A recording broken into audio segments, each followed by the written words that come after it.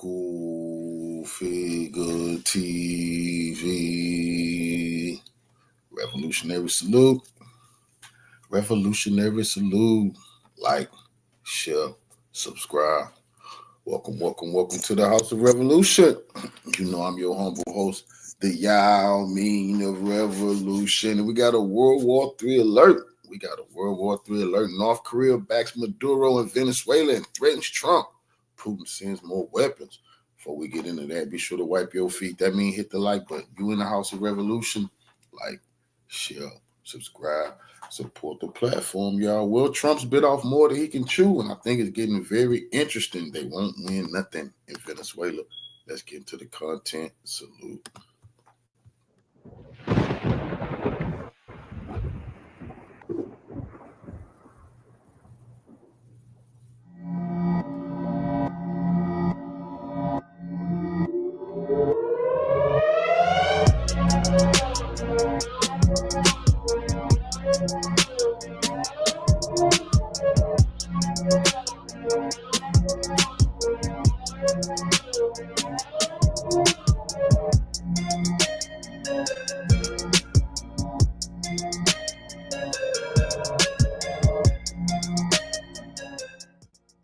The situation around Venezuela continues to escalate rapidly.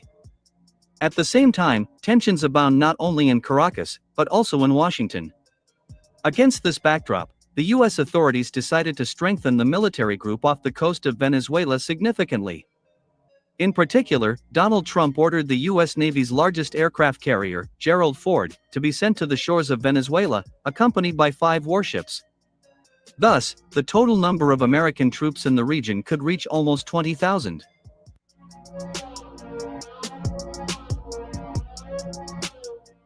In addition, all U.S. air bases in the Caribbean have been ordered to cover U.S. Navy warships off the coast of Venezuela.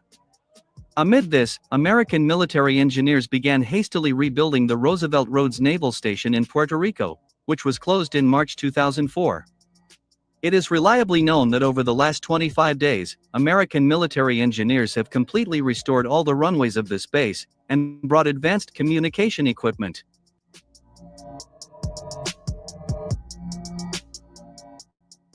In addition, the United States has prepared to receive dozens of reconnaissance and strike aircraft at all civilian airports in Puerto Rico, 5 miles from Venezuela.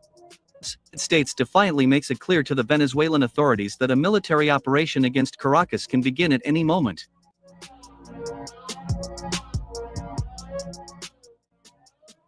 However, on November 5, the American newspaper The New York Times, citing its sources in the White House and the Pentagon, stated that despite such a powerful strike force off the coast of Venezuela, the Trump administration seriously fears that the U.S. military will fail during an attempt to overthrow the Muduro regime.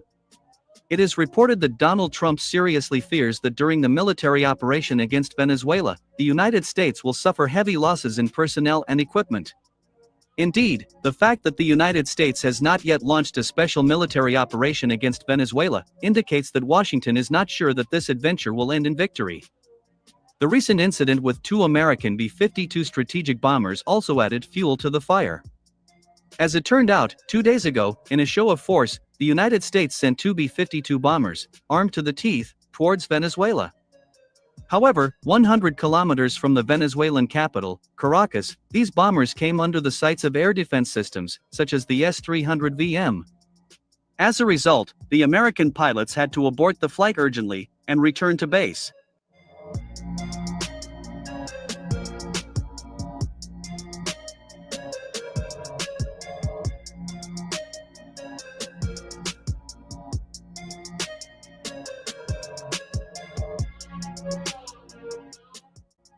Commenting on the incident with the American bombers, many experts admitted that it is precisely because of Venezuela's powerful air defense that the United States still refuses to attack this country. Furthermore, in Washington, they admitted that while Trump is postponing the launch of the special military operation against Venezuela, Russia continues to supply this country with modern air defense systems and other types of weapons, as a result of which the United States risks facing catastrophic losses in manpower and equipment. Indeed, in the last 10 days alone, Russia has sent two Il-76 military transport aircraft to Venezuela, carrying valuable military cargo. Later, the deputy chairman of the State Duma Committee on Defense of the Russian Federation, Alexei Zhuravlev, admitted that on board these Russian aircraft were modern air defense systems, such as Pantsir S-1 and Buk M2E, as well as some military cargo, marked classified.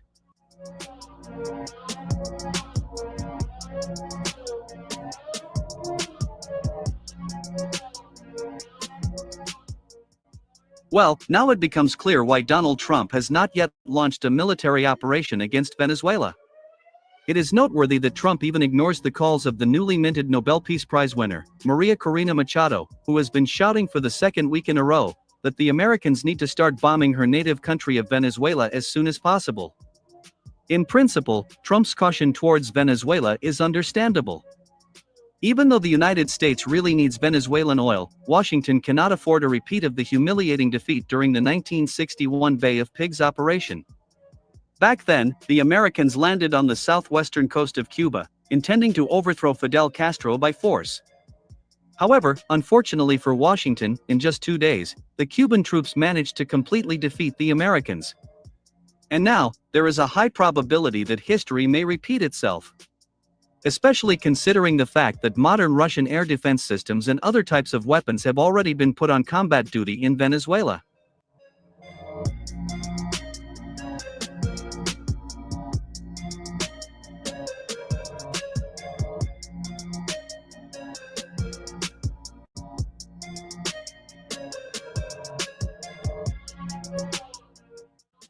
Furthermore, a few days ago, Russia even sent the Northern Fleet Strike Group to the coast of Venezuela. It is worth noting that the Russian destroyers anchored directly opposite the American warships, making it clear to the Americans that Russia would not allow the United States to attack Venezuela. Moreover, on November 6, reputable military expert Vitaly Kiselyov, citing his sources in the Russian Defense Ministry, said that Moscow had also sent a large number of military personnel to Venezuela. It is reported that in the event of a U.S. attack on Venezuela, it is Russian officers who will operate modern air defense systems.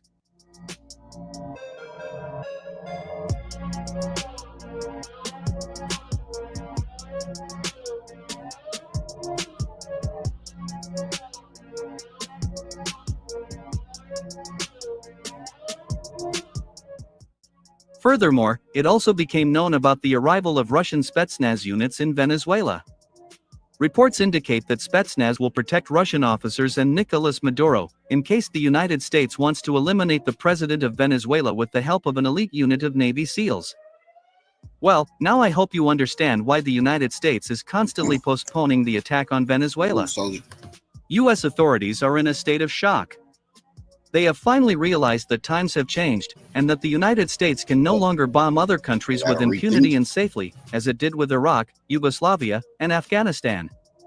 U.S. authorities are well aware that they may suffer a humiliating defeat in Venezuela, and therefore constantly postpone the start of a special military operation to overthrow the current government in Caracas.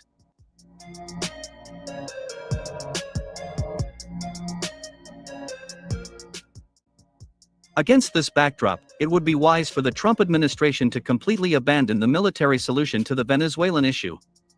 Most likely, this is why Donald Trump recently announced that the United States is preparing for military operations in the territory of Nigeria, where the persecution of Christians has unfolded. By the way, Nigeria also has large oil reserves. However, unlike Venezuela, Nigeria does not have Russian air defense systems and other weapons systems, which makes this country easy prey for Washington. Returning to the situation in Venezuela, it is important to note that Russia clearly states that any forceful pressure on Caracas will lead to disastrous consequences for Washington. Indeed, Russia has no interest in overthrowing Maduro, and will do everything possible to prevent the United States from seizing the natural resources of this wealthiest country in Latin America, whose economy Washington has been strangling for decades. And all because Caracas has consistently tried to pursue an independent policy, refusing to obey the orders of American globalists.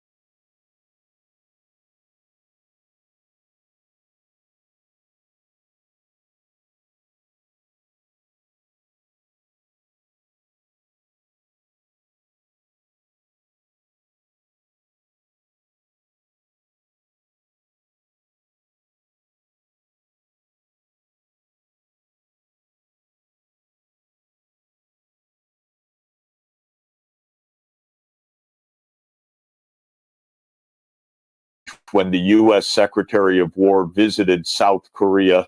Welcome, ladies and gentlemen. Join me today. On the 4th of November 2025, as the U.S. Secretary of War arrived in Seoul for high-level consultations with South Korean defense officials, an unexpected statement from Pyongyang disrupted the day's agenda.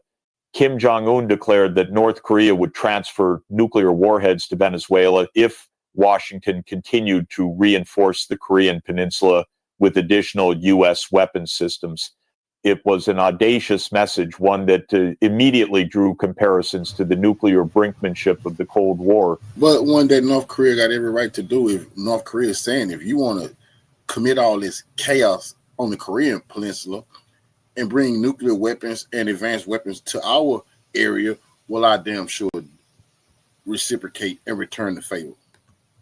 But this was not a reckless outburst. It was a deliberate piece of geopolitical signaling crafted to expose Washington's vulnerabilities beyond Asia. For Kim, timing was everything. The U.S.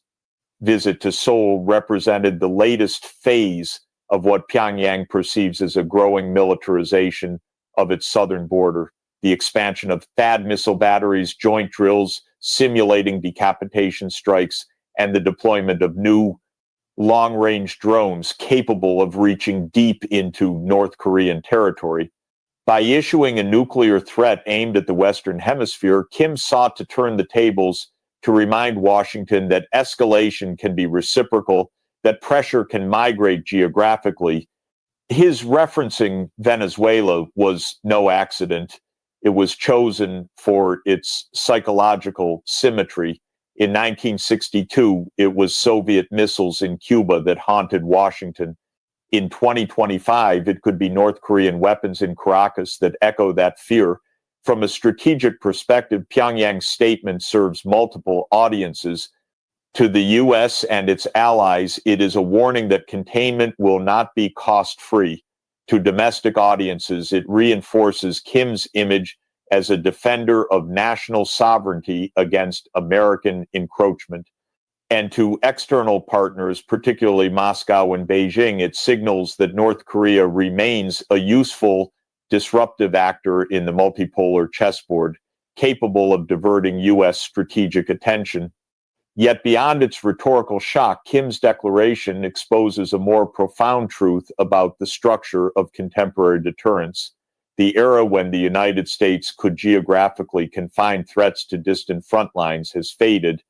The globalization of alliances, from NATO's engagement in the Indo-Pacific to China's growing influence in Latin America, has blurred those lines. Pyongyang, often dismissed as isolated, has learned to exploit this global interdependence as leverage. By invoking Venezuela, it highlights the reality that American power stretched thin across multiple theaters can now be challenged asymmetrically. The move also reflects a psychological sophistication in Pyongyang's statecraft. Kim understands that the mere idea of a nuclear transfer can generate strategic anxiety disproportionate to its technical feasibility. It plays on Washington's historical trauma, the specter of a foreign atomic presence in its hemisphere, while costing North Korea almost nothing. In that sense, the statement was not an escalation, but a calculated inversion of deterrence to make the world fear what might happen rather than what will. In essence, November 4 was not about missiles or warheads. It was about narrative dominance, who sets the terms of fear, who dictates the tempo of diplomacy. And for a moment, however brief, Kim Jong-un succeeded in reminding the world that even a sanctioned, isolated state can rewrite the geometry of global tension. Kim Jong-un's warning about transferring nuclear weapons to Venezuela was not a spontaneous act of rage or paranoia. It was a manifestation of a deeper strategic doctrine that Pyongyang has refined over the past decade: deterrence through uncertainty. For a regime under crushing sanctions, isolation, and limited resources, unpredictability becomes its most potent weapon. Kim does not need to launch a missile to command attention. He only needs to make Washington believe he might. At its core, North Korea's nuclear policy has evolved beyond the traditional notion of self-defense. It is now an instrument of diplomatic signaling, a way to manipulate global risk perception. Kim's message to Trump was straightforward. If the United States insists on militarizing the Korean Peninsula, then North Korea will globalize its deterrence response. In other words, you expand your presence in East Asia, and I extend mine into your hemisphere. This approach follows a familiar geopolitical logic. During the Cold War, smaller states leveraged alignment with superpowers to ensure survival. But in the 21st century, with superpower competition fractured across multiple continents, small nuclear states like North Korea have learned to weaponize their autonomy. Pyongyang has no obligation to any major bloc. Its loyalty is transactional, its diplomacy opportunistic. By threatening to engage with Venezuela, a country already antagonistic toward Washington and deeply tied to Moscow and Beijing, Kim transforms isolation into leverage. He positions North Korea as a floating instrument of disruption capable of inserting itself into any theater where U.S. interests are exposed. Behind the rhetoric, the move carries both psychological and strategic dimensions. Psychologically, Kim is testing the limits of Trump's restraint. Trump's foreign policy, while assertive, is also intensely reactive, driven by optics, domestic approval, and transactional cost-benefit logic. By dangling a nuclear threat that is geographically and politically provocative, Kim forces Trump into a dilemma: overreact and escalate tension, or underreact and appear weak. Either outcome benefits Pyongyang. Strategically, the Venezuela reference taps into a network of geopolitical vulnerabilities. Caracas, already under U.S. sanctions, maintains military and economic ties with Russia and China. If North Korea were to engage, even symbolically, through joint research teams, missile engineers, or nuclear rhetoric, it could create a secondary axis of instability, drawing U.S. attention away from Asia. It would not require a single physical transfer of weapons to alter the balance of fear. The idea alone could trigger Washington's hemispheric alarm system, echoing the logic of the Cuban Missile Crisis in a modern form. This deterrence inversion, as some analysts might describe it, challenges the fundamental asymmetry of U.S. power. Traditionally, deterrence has been the domain of great powers, the ability to project overwhelming force to prevent aggression. North Korea's version reverses the equation by appearing dangerously unpredictable. It makes the cost of containment higher than the cost of engagement. Pyongyang's survival strategy depends not on parity, but on psychological equivalence. Kim does not need to defeat the U.S. militarily. He only needs to convince Washington that any attempt to corner him would unleash chaos across multiple fronts. Furthermore, the move reflects a broader shift in the global balance of deterrence. Other states, Iran, for instance, have learned that controlled escalation can yield diplomatic dividends. Russia's tactical nuclear deployments in Belarus and China's veiled threats over Taiwan all fit this new pattern of performative deterrence. In this framework, the danger itself becomes the message. Kim's Venezuela gambit thus joins a lineage of symbolic provocations designed to manipulate the psychology of global leadership rather than alter the battlefield. For Pyongyang, the strategy also serves domestic purposes. Internally, the regime faces economic contraction, inflation, and a youth generation increasingly skeptical of ideological propaganda. By projecting defiance on the global stage, Kim restores a sense of revolutionary legitimacy, positioning himself as the lone guardian of sovereignty against American imperialism. The nuclear card, therefore, is not only a diplomatic lever, but also a political survival tool. Ultimately, the November statement should not be interpreted as a prelude to war, but as an extension of Kim's diplomatic playbook, a test of how far he can stretch the geopolitical imagination of the world's most powerful nation. It is deterrence without deployment, confrontation without conflict, Yet the risk lies precisely in this ambiguity. When deterrence relies on perception rather than concrete limits, miscalculation becomes inevitable. Trump's administration may treat Kim's rhetoric as mere theater, but history shows that misread signals between nuclear-armed states often spiral into crises. No one intended. Pyongyang understands this, which is precisely why it plays this game of brinkmanship with such precision. Kim's message to Washington was less about Venezuela and more about vulnerability. He reminded the United States that in a multipolar world, power projection is no longer unidirectional, it is reciprocal, and even the smallest actor can dictate the rhythm of global anxiety.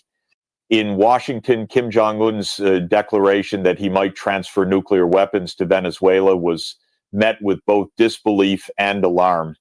The Pentagon labeled it a statement of intimidation, while the White House downplayed it as nuclear theatrics. But behind closed doors, the reaction was far less dismissive. Trump's national security team recognized that Kim's words struck a historical nerve, reviving the ghost of the Cuban Missile Crisis, but this time in an era when deterrence and diplomacy have become fragmented across continents. For the Trump administration, the timing could not have been worse. The Secretary of War's trip to Seoul was meant to project unity with allies and reinforce deterrence in East Asia following North Korea's recent missile tests. Instead, Kim's message reframed the visit as an escalation trigger, turning America's show of strength into a symbol of vulnerability. By linking the Korean peninsula to Venezuela, Kim had effectively blurred the geographic limits of U.S. military power, reminding Trump that the era of regional containment was over. Inside the Pentagon, officials reportedly split into two camps. The first, dominated by hardliners, urged an immediate demonstration of force, expand B-52 patrols over the Korean peninsula, accelerate THAAD missile deployments, and conduct naval exercises near North Korea's eastern coast. Their argument was simple. Kim's rhetoric had to be met with tangible deterrence, or it would embolden other adversaries, particularly Iran and Russia. The second camp, represented by senior State Department officials and intelligence analysts, warned against overreaction. They saw Kim's statement as a psychological maneuver, not an operational threat. Escalating militarily would only validate Pyongyang's narrative of U.S. provocation, further isolating Washington diplomatically. Caught between these camps was Trump himself, a president who prizes strength but fears entanglement.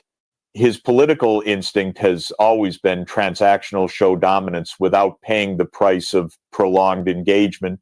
The problem with North Korea, however, is that its provocations are designed precisely to exploit that instinct. If Trump ignored Kim's threat, critics at home would label him weak. If he responded too aggressively, he risked triggering a broader regional or even hemispheric crisis. This strategic bind epitomized what analysts now call the Trump doctrine's dilemma, pursuing unilateral power in a multipolar world that increasingly resists unilateral solutions. Moreover, Kim's reference to Venezuela struck a deep psychological chord in U.S. security culture. For decades, Washington has viewed Latin America as its strategic backyard, a space immune to the influence of rival powers. Even a symbolic hint of nuclear activity there, whether from Russia, China, or now North Korea, represents an unacceptable breach of the Monroe Doctrine's legacy.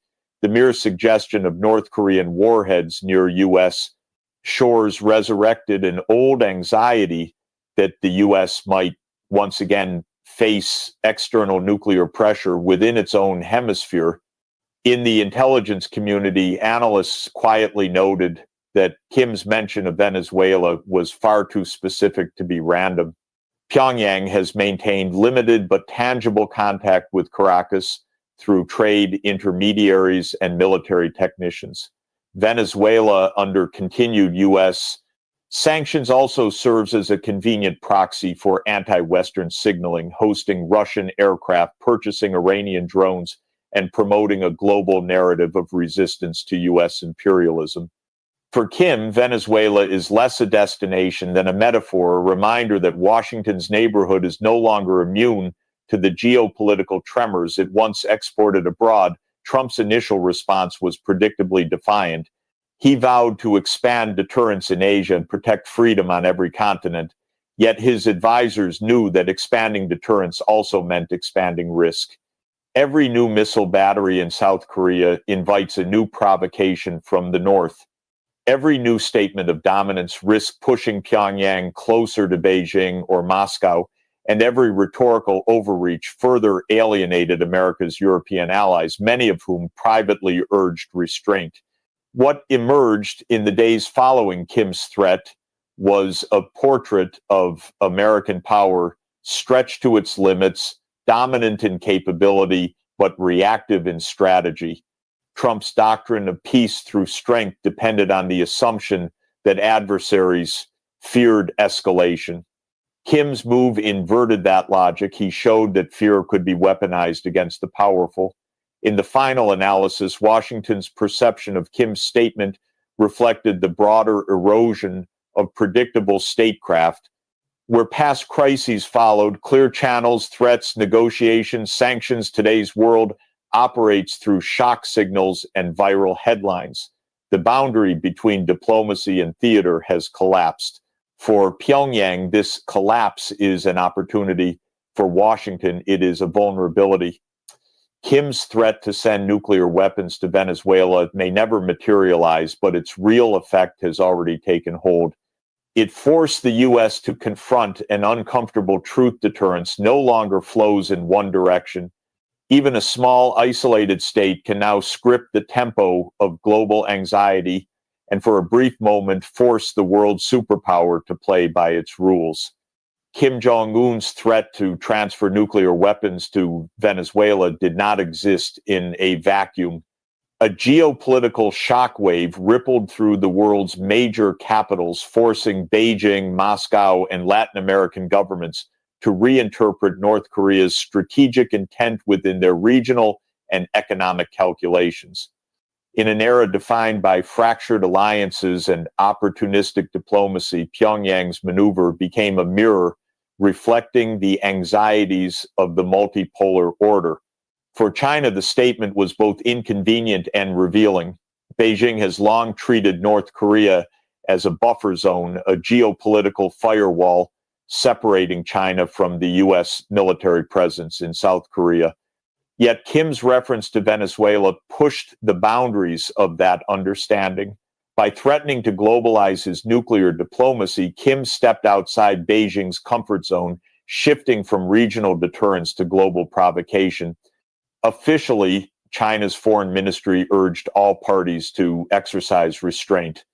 But behind that diplomatic language lay discomfort. A North Korea acting autonomously risks undermining China's image as a responsible global stakeholder. Beijing prefers predictability. Kim thrives on the opposite. At the same time, China quietly recognized the utility of the moment. The more Washington's attention becomes scattered, juggling crises in Asia, Europe, and the Americas, the more strategic space Beijing gains to consolidate its influence in the Indo-Pacific. Kim's gambit thus serves as a convenient distraction, even if China cannot publicly endorse it. By acting as an unpredictable disruptor, North Korea inadvertently advances Beijing's long-term strategic goal, diluting U.S. Focus and overstretching its global commitments. Russia, in contrast, greeted the statement with subtle approval. Moscow's strategy under Putin has been to exploit every fissure in U.S. global influence, and Kim's move fits neatly into that framework. Russia has maintained military and technical contacts with both North Korea and Venezuela, often under the radar of Western intelligence. For the Kremlin, Pyongyang signaling solidarity with Caracas offers another pressure point against Washington without direct Russian involvement. It creates what strategists call a low-cost, high-yield provocation, one that strains U.S. credibility but carries little tangible risk for Moscow. Putin's calculus is straightforward. As long as North Korea's threats remain rhetorical, they keep the U.S. off balance while reinforcing Russia's image as the quiet power broker behind the world's discontented states. Moscow can thus posture as both an enabler and a mediator, offering dialogue channels. While benefiting from the chaos it helps sustain, the Kremlin understands that a world distracted by Kim's provocations is a world less focused on Ukraine sanctions and Russian energy leverage. In Latin America, reactions were sharply divided. Venezuela's leadership, still under heavy U.S. sanctions and diplomatically aligned with Moscow and Beijing, welcomed the statement as a symbolic affirmation of resistance.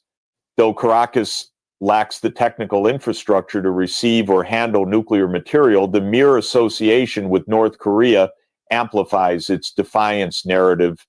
For Nicolas Maduro, Kim's message provides ideological cover, framing Venezuela not as a pariah, but as part of a global coalition of the sanctioned. Elsewhere in the region, however, the reaction was one of deep unease. Brazil, Colombia, and Mexico issued formal condemnations, warning against any move that might destabilize the hemisphere. Regional blocs such as the OAS and Mercosur feared that renewed nuclear tension could drag Latin America into a geopolitical confrontation reminiscent of the 1960 seconds. Many leaders also worried about secondary effects, financial market instability, rising oil prices, and potential energy flow disruption if Washington intensified its sanctions regime in response.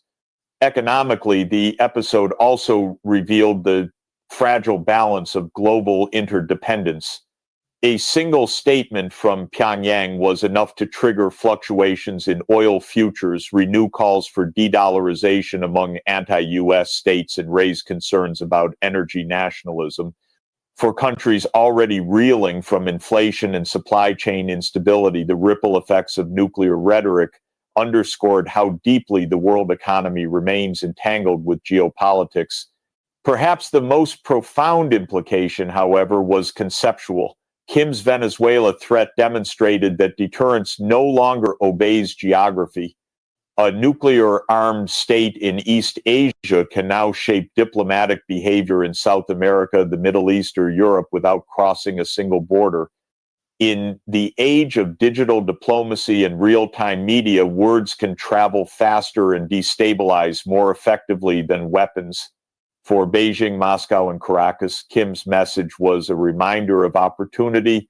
For Washington, it was a reminder of exposure.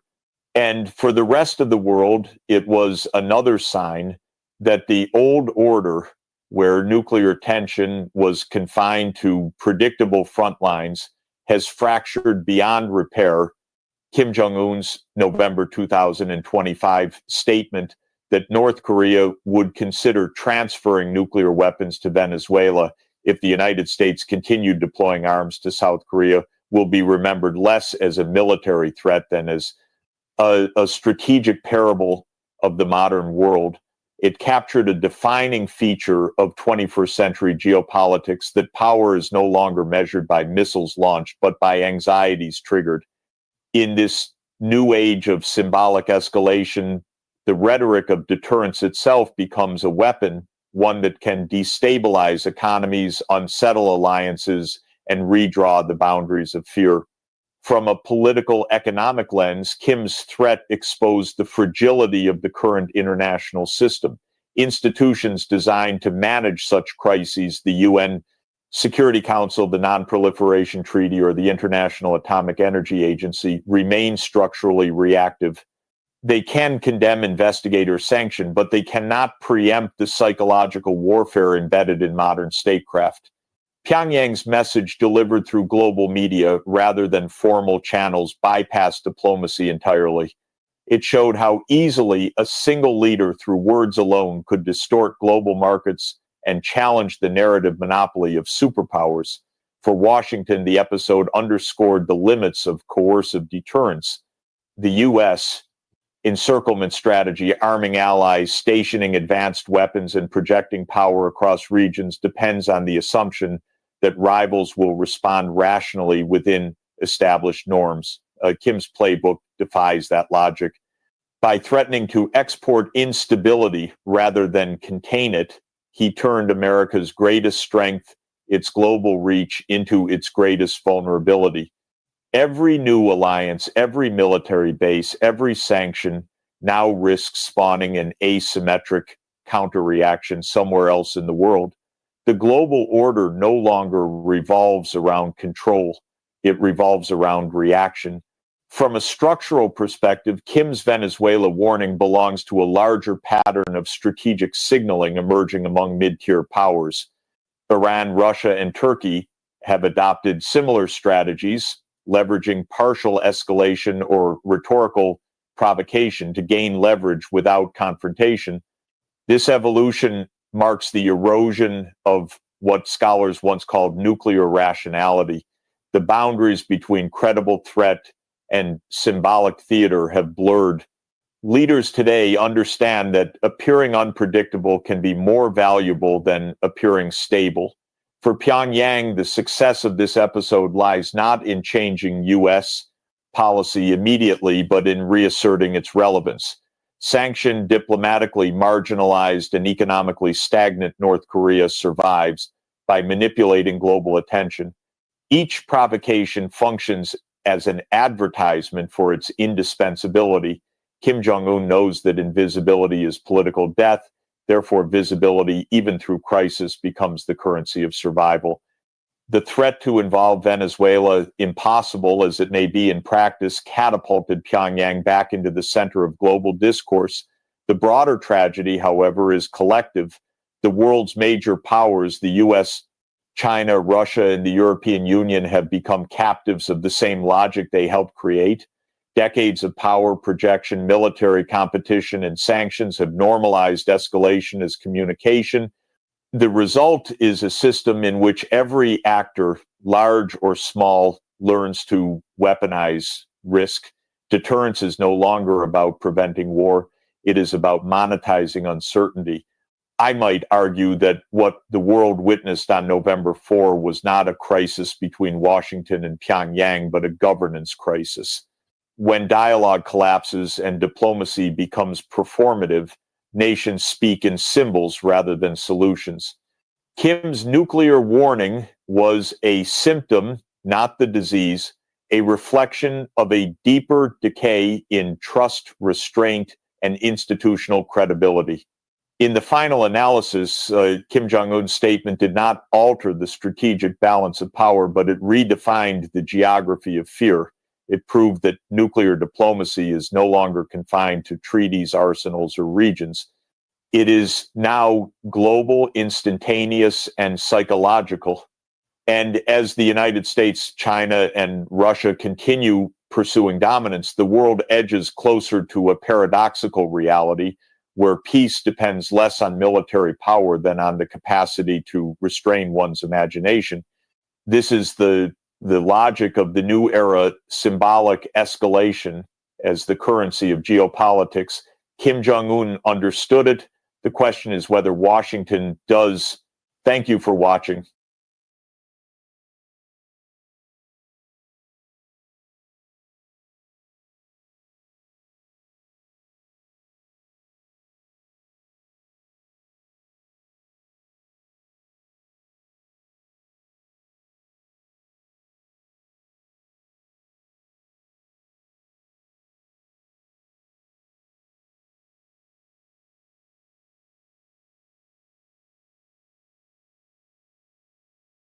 Something remarkable happening in the Caribbean that would have seemed impossible not long ago. Russian warships have shown up in Venezuelan waters. And this isn't just a casual visit. It's a deliberate geopolitical message. What's unfolding represents a fundamental challenge to the hemispheric power structure the United States has assumed was secure since the Monroe Doctrine nearly 2 centuries ago. For generations, Washington has worked on the premise that the Western Hemisphere belongs exclusively to American influence.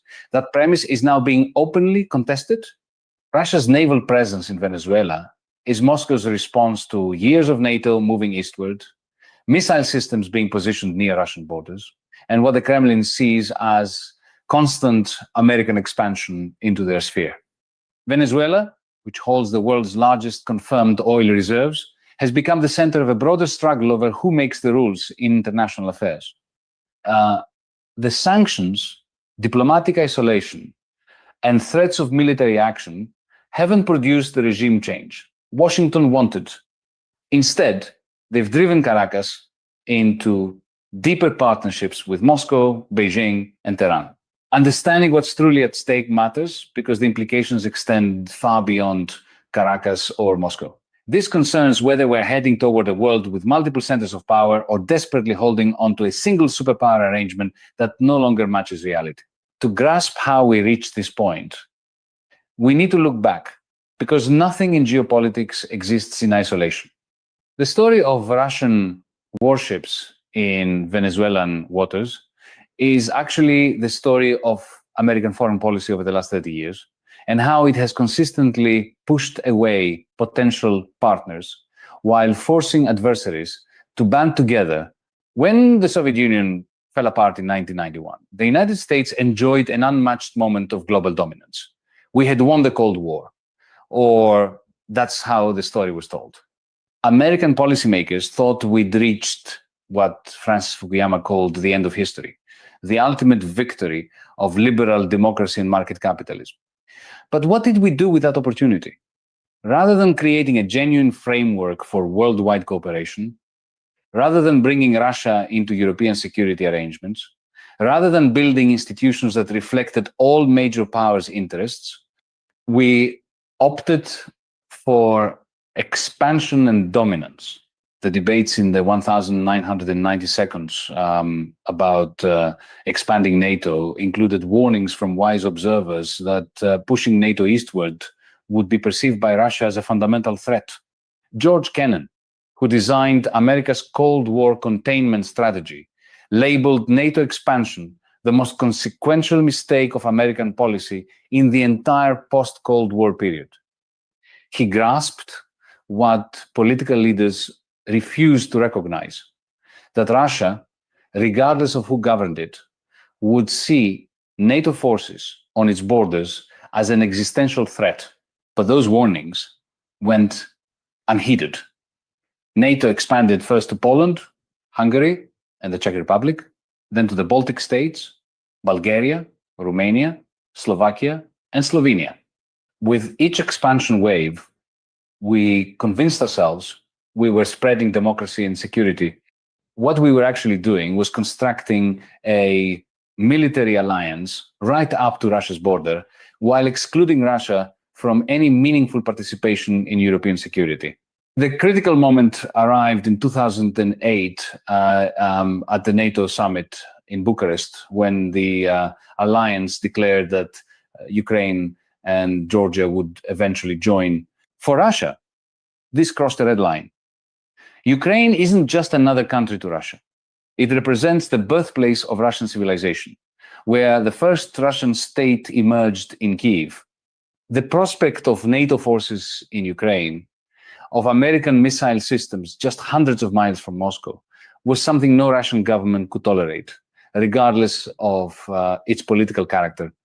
Yet we pushed forward, believing Russia was too weak to respond, that history favored us, that we could remake the entire post-Soviet region according to our preferences without facing consequences. You might wonder what any of this has to do with Venezuela. Everything American foreign policy has applied the same approach in Latin America that it used in Eastern Europe. We've presumed the Western Hemisphere is ours to manage, that governments in this region exist at our discretion, and that any country defying Washington must be isolated, sanctioned, and ultimately removed from power. Venezuela's experience is especially revealing. Hugo Chavez gained power in 1999 through democratic elections, campaigning on using Venezuela's oil wealth to help the poor majority instead of the traditional elite. Whatever criticisms one might have of Chavez's policies, and there are many, He was democratically elected. But because he challenged American corporate interests, because he directed Venezuela's oil revenues towards social programs rather than channeling profits to international oil companies, because he formed alliances with Cuba and other countries Washington disapproved of, he became a target. The United States backed a coup against Chavez in 2002. It failed, but American hostility continued. When Nicolas Maduro succeeded Chavez after his death in 2013, Washington increased the pressure. We've imposed successive waves of sanctions, not focused measures against specific individuals, but comprehensive economic sanctions meant to strangle Venezuela's entire economy. These sanctions have prevented Venezuela from accessing international financial markets, blocked the country from selling its oil, frozen billions of dollars in Venezuelan assets, and triggered a humanitarian catastrophe. The United Nations estimates that tens of thousands of Venezuelans have died directly because of these sanctions. Millions have left the country, creating a refugee crisis throughout Latin America. What was the justification? Democracy and human rights, we're told. But if democracy mattered, we wouldn't partner with Saudi Arabia, Egypt, or numerous other authoritarian regimes. The actual issue is that Venezuela refused to accept American dominance. This brings us back to Russia's naval presence.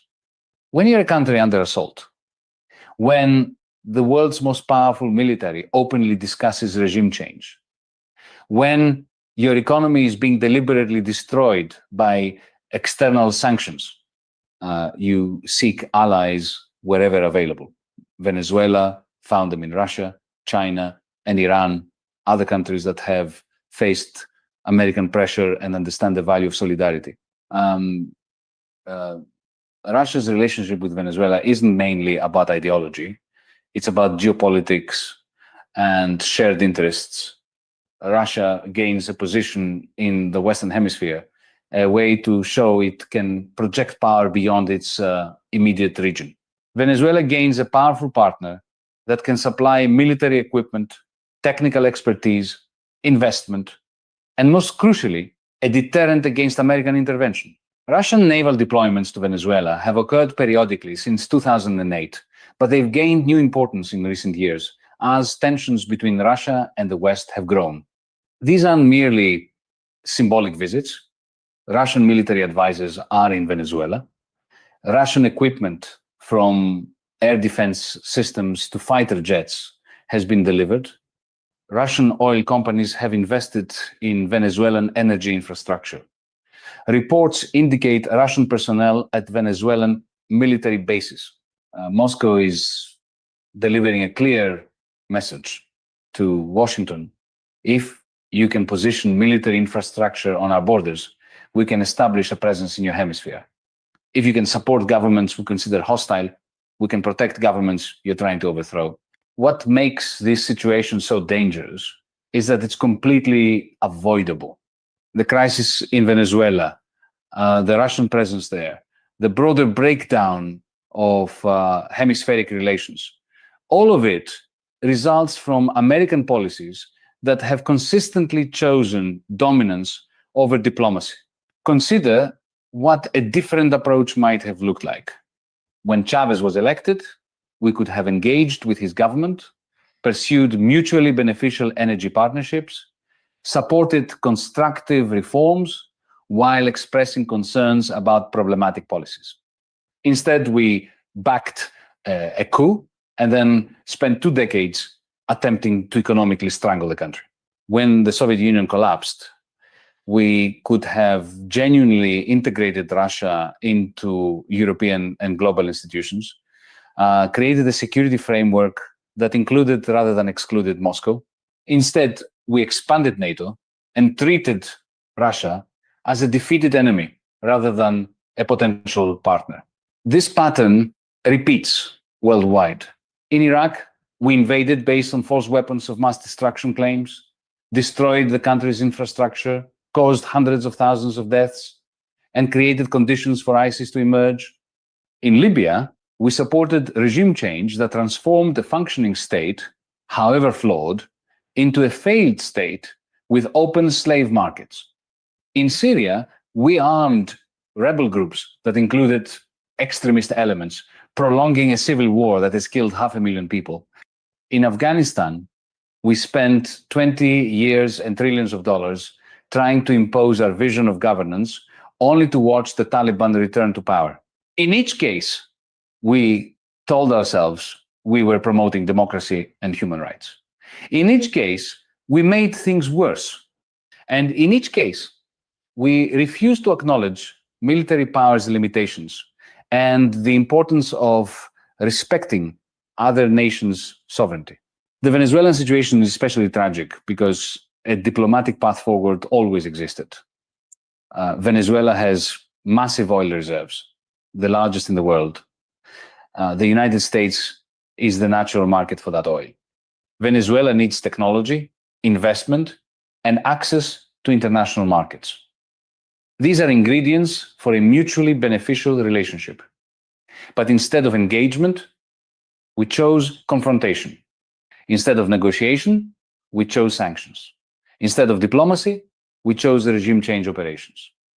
Now we act surprised when Venezuela turns to Russia and China for partnerships we refuse to offer. Many Americans don't fully grasp what these sanctions actually mean on the ground. When we sanction a country's oil sector, we're not just punishing the government, we're punishing every person in that country. Venezuela's economy has shrunk by more than 75% since sanctions intensified. Inflation has reached unimaginable levels. Hospitals lack basic medicines. The electrical grid frequently fails. Food shortages are common. People are dying from treatable diseases because the healthcare system has collapsed. Millions have fled, not solely because of socialism or Maduro's policies, but because American sanctions made it impossible for the country to function economically. We did this deliberately, with full awareness of the humanitarian consequences. John Bolton, when he was National Security Advisor, openly stated the goal was to make the Venezuelan economy scream, to create conditions for regime change. Think about that. A senior American official bragging about creating economic suffering for millions to achieve a political goal. This isn't how democracy should conduct foreign policy. This isn't consistent with American values or international law. The United Nations Charter prohibits threatening or using force against any state's territorial integrity or political independence. It requires respecting sovereignty and non-interference in internal affairs. But we've convinced ourselves these rules don't apply to us, that American exceptionalism means we are exempt from constraints governing other nations. We call it promoting democracy. The rest of the world sees it as imperialism under a different name. When Russia or China acts in ways we consider aggressive, when they support governments we oppose, when they establish military presences in regions we consider our sphere of influence, we express outrage and disbelief, but from their perspective, they're simply doing what we've been doing for decades, pursuing their national interests and supporting their allies. The double standards are staggering. We maintain nearly 800 military bases in more than 70 countries worldwide. Our naval forces patrol every ocean. Our military spending exceeds the next 10 countries combined. We've been at war almost continuously for the past quarter century. We conduct drone strikes in countries we're not at war with. We overthrow governments we don't like. We arm rebels and support opposition movements globally. But when Russia establishes a military relationship with Venezuela, when China builds ports and infrastructure in developing countries, when Iran has influence in neighboring states, we call it aggression, and threaten consequences. The hypocrisy isn't lost on the rest of the world, even if many Americans don't see it. This gets at something fundamental about how we see ourselves versus how others see us. Americans generally believe our country is a force for good in the world, that our military interventions are humanitarian, that our economic policies promote development, that our political influence spreads democracy. This isn't entirely false. American aid has saved lives. American technology has advanced human progress. American ideals of freedom and equality have inspired movements worldwide. But it's also incomplete and self-serving. For every country we've helped, there's another where American intervention has caused chaos. For every successful democracy we've supported, there's an authoritarian regime we've propped up because it served our interests.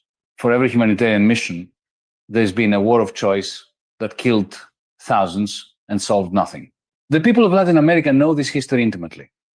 They remember the coups we supported in Guatemala, Chile, Argentina, Brazil, and elsewhere. They remember the death squads we trained.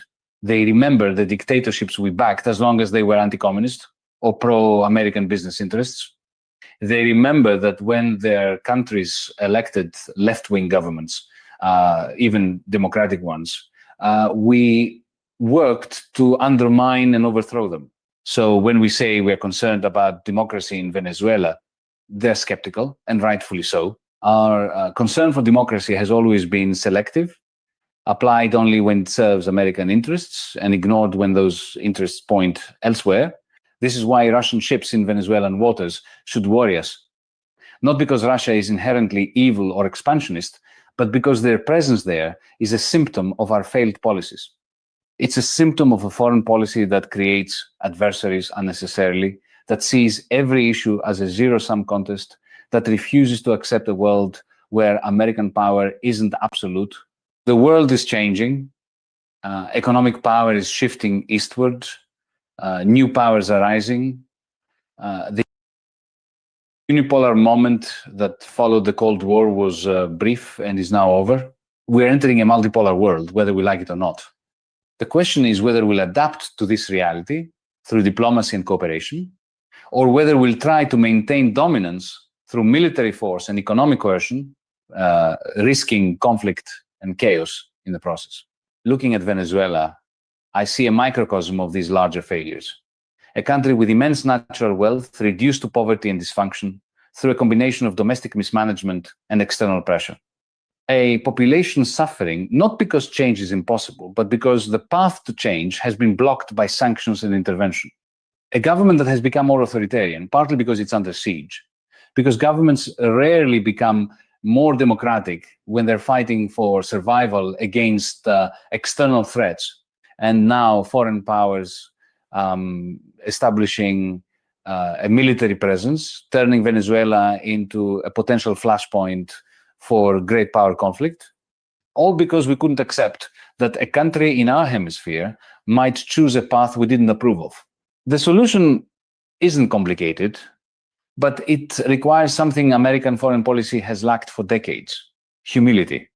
We need to acknowledge that regime change operations don't work, that sanctions harm ordinary people more than governments, that military intervention creates more problems than it solves. We need to lift the sanctions on Venezuela and allow the country to recover economically. We need to engage diplomatically with the Muduro government, working toward elections and political reforms through negotiation rather than coercion.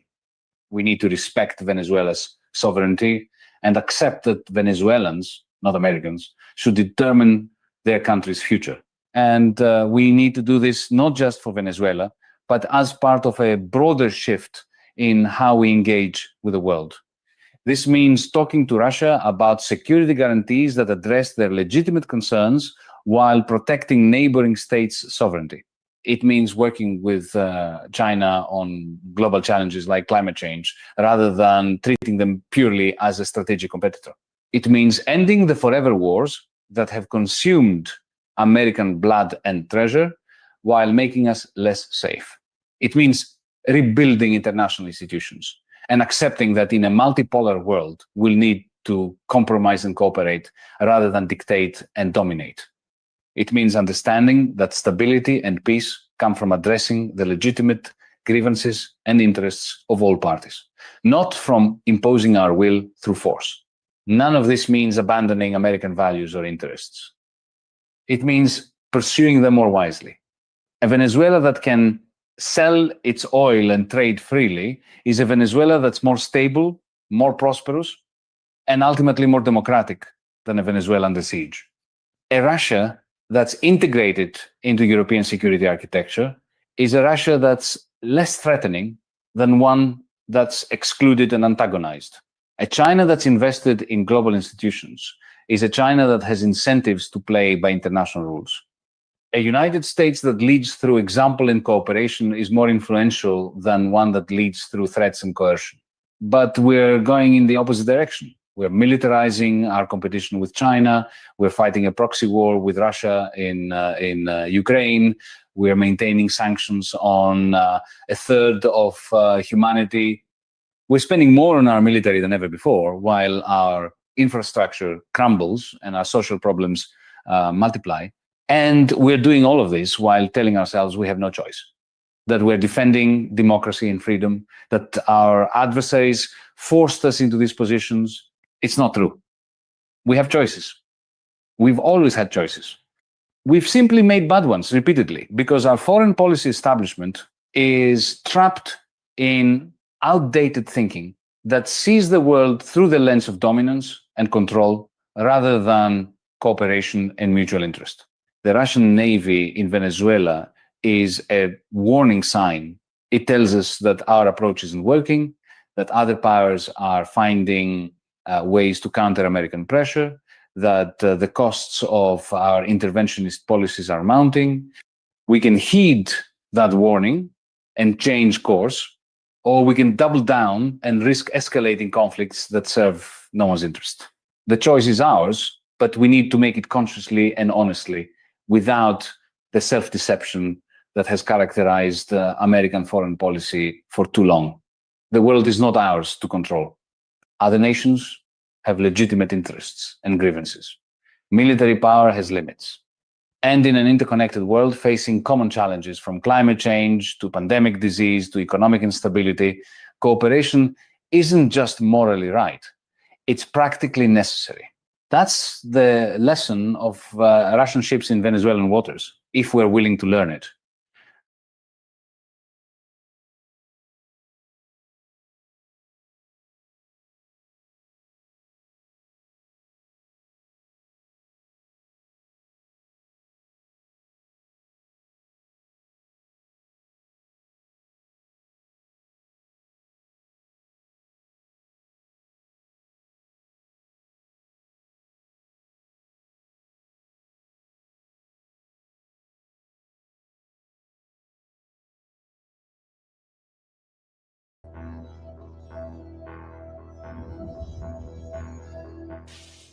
Tension is once again brewing across the Caribbean.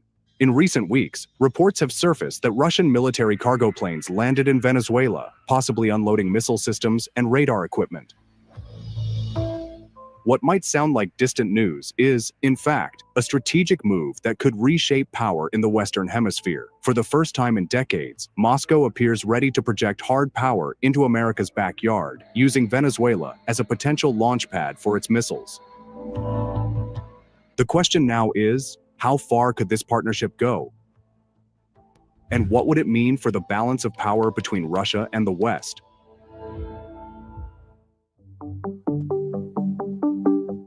The current standoff began earlier this month, when a U.S. naval strike destroyed what Washington described as a drug smuggling vessel off the Venezuelan coast. Several people were killed in the incident, and within hours, Russia condemned the strike as a violation of Venezuela's sovereignty. According to Reuters, the Kremlin accused the U.S. of provoking instability and warned of serious consequences if such actions continued. In response, Russian officials offered to strengthen Venezuela's defenses. The Anadolu Agency reported that Moscow pledged military assistance to Caracas to safeguard its territorial integrity, sparking speculation that missile systems might soon follow. For Russia, this is not just about Venezuela. It's about geography and strategy. Establishing a military foothold there gives Moscow something it hasn't had since the Cuban Missile Crisis: a forward base within striking distance of U.S. territory. It's a powerful signal, one that says, if the West continues pressuring Russia near its borders, Moscow can respond in kind near Americas. This isn't the first time Russian aircraft or equipment have touched Venezuelan soil. Tu-160 nuclear-capable bombers flew to the country in 2018 for joint drills. And since then, defense cooperation has deepened. But this time, it feels different. If missiles are indeed being deployed, it could transform a symbolic partnership into a strategic confrontation. For Washington, the implications are serious. The US has long considered the Western Hemisphere its sphere of influence. Now, a Russian missile presence just a few hours' flight away could bring that assumption crashing down.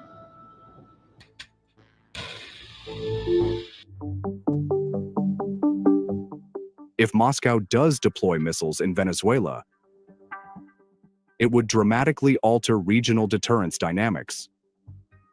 Military analysts suggest that systems such as the Iskander-M or Kaliber cruise missiles could be part of the package. With ranges reaching between 500 and 2,500 kilometers, they would easily cover US bases in Puerto Rico, the Virgin Islands, and even parts of southern Florida. That means key American military installations, like MacDill Air Force Base in Florida, could suddenly fall within reach of Russian firepower. Flight times for such missiles could be measured in minutes, leaving Washington with almost no warning in a crisis scenario. The national interest argues that such a deployment would be Russia's direct answer to Western missile systems placed in Eastern Europe. Just as American interceptors in Poland and Romania sit near Russian borders, Moscow could now station its own deterrent closer to US shores. The strategic logic is straightforward: balance threat with threat. Beyond the military aspect, this move would have deep psychological impact. For decades, the US has enjoyed a sense of safety from foreign missile threats within its hemisphere. A Russian presence in Venezuela would shatter that comfort, forcing the Pentagon to shift focus and resources back toward the Caribbean. Moreover, the ripple effects would spread across Latin America. Neighboring nations like Colombia and Brazil would be forced to reassess their defense postures, while smaller Caribbean states could find themselves caught between two superpowers once again. The result, a revived sense of Cold War anxiety, only this time under a 21st century lens. For Russia, even limited deployments would serve their purpose, creating leverage. By holding a potential threat so close to US territory, Moscow can negotiate from a position of strength, whether over Ukraine, sanctions, or global military influence.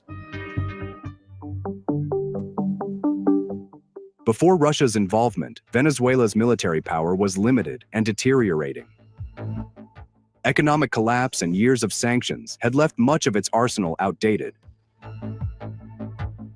While it possessed capable S-300 air defense systems purchased from Russia, these were poorly maintained and struggled to stay fully operational.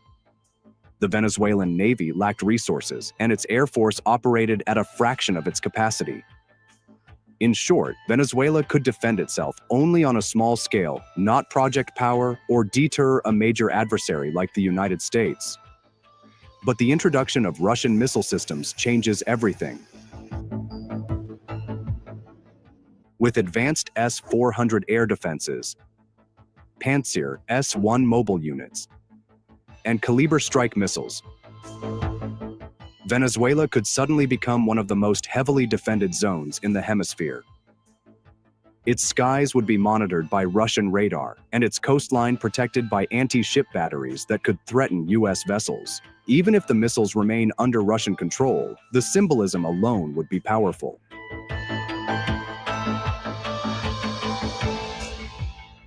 For President Nicolas Maduro, it would mean political survival, projecting the image of a sovereign state protected by a great power. For Moscow, it would mean a geopolitical victory, proving it can extend its influence right into the US sphere. However, the challenges remain immense. Maintaining these complex systems in Venezuela's fragile infrastructure is no easy task. Power instability, supply issues, and the cost of continuous maintenance all make long-term deployment difficult.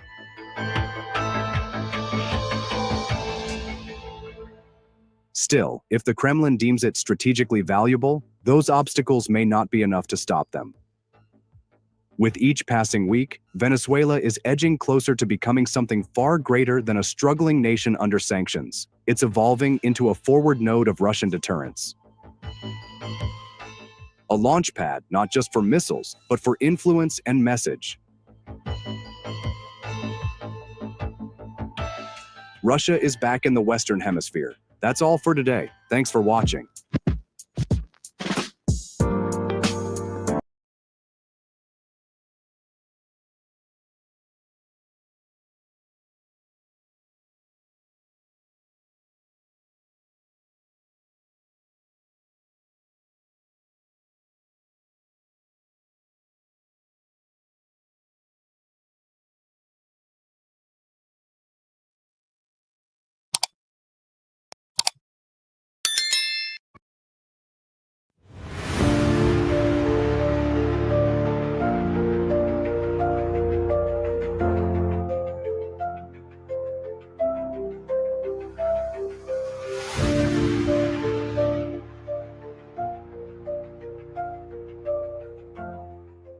The skies over Caracas suddenly roared to life.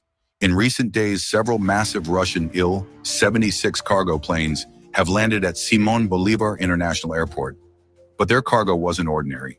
Hidden beneath heavy tarps were Russian Mi-35M and Mi-17V5 attack helicopters, a visible symbol of Moscow's military footprint in the heart of Latin America. Local Venezuelan media broadcast footage of military convoys hauling rotors, engines, and weapon systems from the airport to the El Libertador air base. The Venezuelan government called it a technical assistance and joint training mission.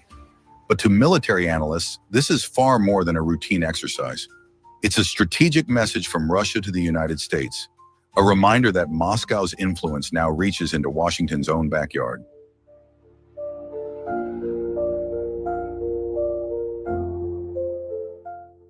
This time, Russia didn't send fighter jets or massive missile systems. They sent attack helicopters, flexible, deadly machines built to dominate tropical battlefields. The Mi-35M, known to NATO as the Hind E, is the modern evolution of the legendary Mi-24 gunship. It's not just an attack platform, it's a flying infantry vehicle. Armed with a 23mm cannon, unguided rockets, Ataka anti-tank missiles, and heavy armor protection, the Mi-35M can shred tanks, convoys, or entrenched forces across mountains and dense jungles alike. Meanwhile, the Mi-17V5 serves as the backbone of Russian air mobility. It can transport up to 36 fully equipped soldiers or 4,000 kilograms of cargo, and it can also be armed with rocket pods for close air support. In Venezuelan hands, these aircraft could dramatically shift the balance of air power in the Caribbean.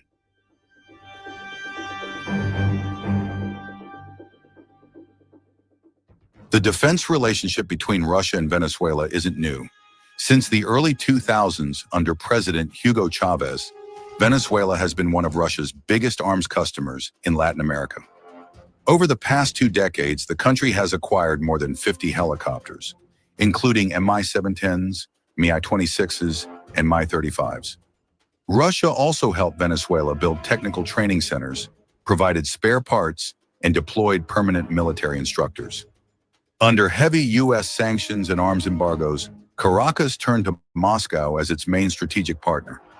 Now, under President Nicolas Maduro, that alliance is accelerating once again. These newly delivered helicopters are more than just tools of war.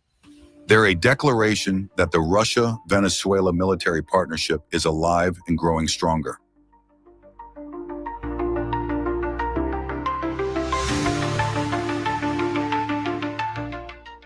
Why did Russia choose Venezuela for this latest arms shipment? The answer lies in geopolitics, in power projection. As NATO expands its presence along Russia's borders in Europe, Moscow is responding by extending its reach into Latin America. It's a symmetrical strategy. If NATO moves closer to Russia, then Russia will move closer to America. Attack helicopters are a perfect choice. They can perform counterinsurgency operations in Venezuela's jungles, patrol coastal zones, and guard vital oil infrastructure. But above all, every spinning rotor over Caracas sends a diplomatic message. Russia is here, and it's not afraid to challenge U.S. dominance in its own hemisphere.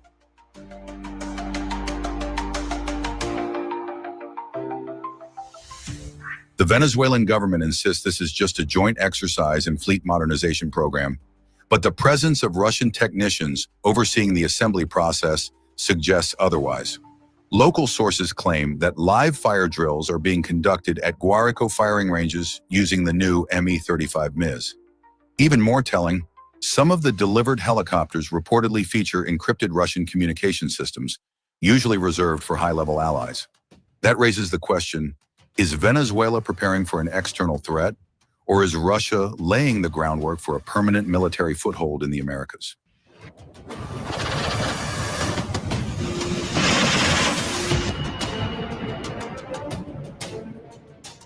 Washington didn't stay silent.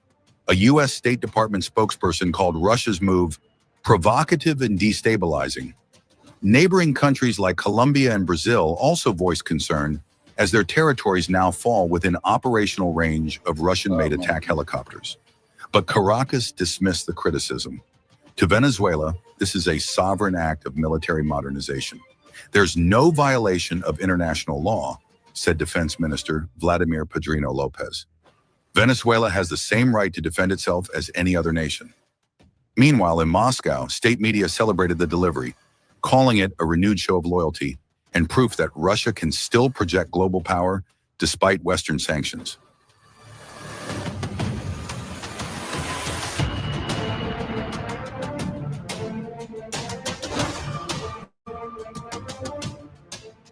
This delivery isn't just an arms deal, it's a symbol that the global power map is shifting, and that the new front lines of influence may no longer lie in Europe or the Middle East. Venezuela isn't at war, but with Me-35M and Me-17 helicopters in its hangars, it now possesses sharper teeth and stronger defenses. For Russia, this is a subtle yet strategic move, expanding its influence and reminding Washington that the Caribbean is no longer a safe zone for U.S. dominance. And for the rest of the world, these helicopters represent only the beginning of a new global rivalry taking shape right in America's backyard.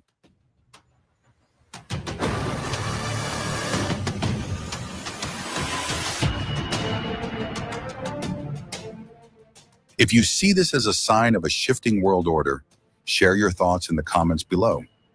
Do you think Russia is planning to establish a permanent military base in Latin America?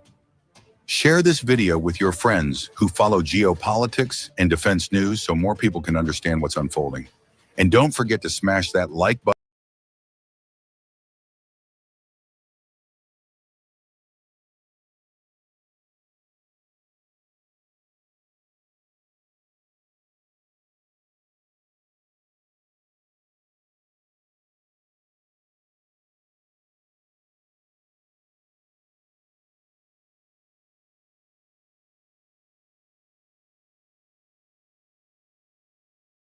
Top 16 Russian weapons operated by Venezuela. Hello, how are you? How are my valued subscribers? In this new video we are going to get to know just 16 Russian designed and manufactured weapon systems that are currently in service with the Venezuelan military, with Russia being one of the main suppliers of weapons to Venezuela in the land and air. Well, without further ado, let's start with the top. Let's see, what do you think? 16. AK-10s. The AK-10 assault rifle is the new version of the Soviet AK-74 from the AK-1 rifle family. It has the same caliber as its predecessor, 7.62 by 39 millimeters. The AK-103 has an unloaded weight of 3.4 kilograms and accepts 30-round curved magazines and 75-round drum magazines. Its effective range is 400 meters. The AK-103 was subjected to a brutal endurance test where the rifle had to fire 100 rounds in continuous burst mode. And what was surprising is that after firing all these rounds, the weapon still continues to fire. It even had a grouping accuracy of less than 5 centimeters at a distance of 100 meters. This makes the AK-103 perhaps the most reliable assault rifle on the modern battlefield. It is even said to be much more durable and resistant than the modern AK-12. In Latin America, its main user is the Venezuelan Armed Forces, which purchased 100,000 rifles in 2005, along with 75 million rounds of 7.62 by 39 mm caliber ammunition. In 2006, the Venezuelan government initiated contracts for the construction in Venezuela of a plant to manufacture AK-103 assault rifles and AK-104 carbines and their respective ammunition. However, as of 2022, the plant had not yet become operational. The Uruguayan army also acquired 300 AK-103 rifles.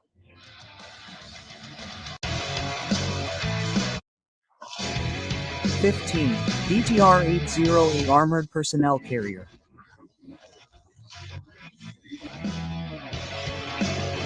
In September 2009, the Venezuelan army acquired 114 8x8 BTR-80A armored vehicles from Russia, which are armed with powerful 30mm cannons.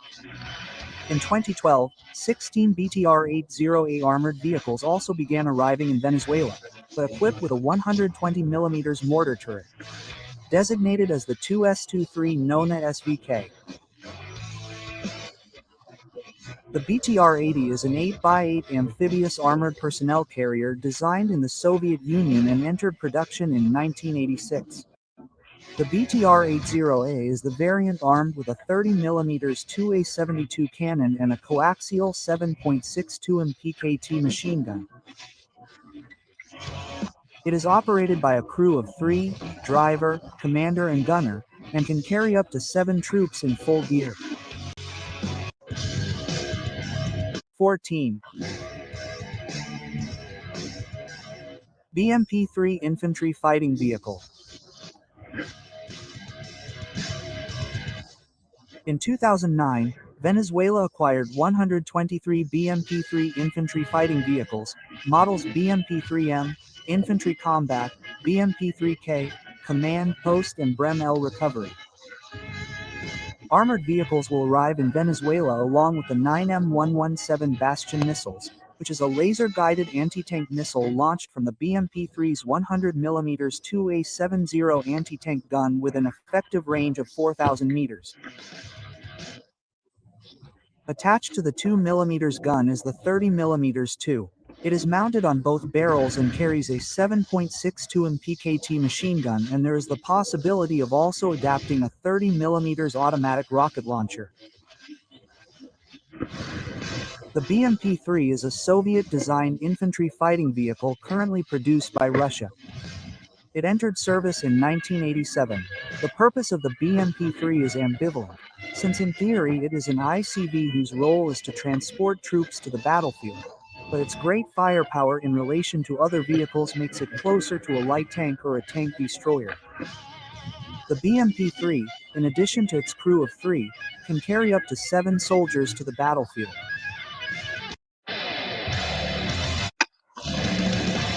13. T-72B1 Main Battle Tank.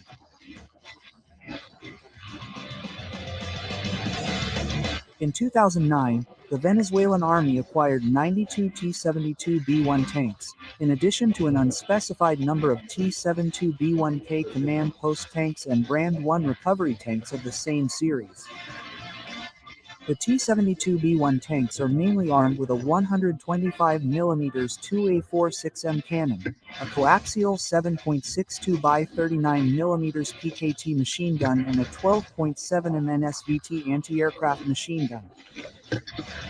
These weapons are supported by a TDPK-1 laser rangefinder and a Luna 2R infrared illuminator for the gunner on one side of the gun and on the other side of the commander's cupola, model OU3R.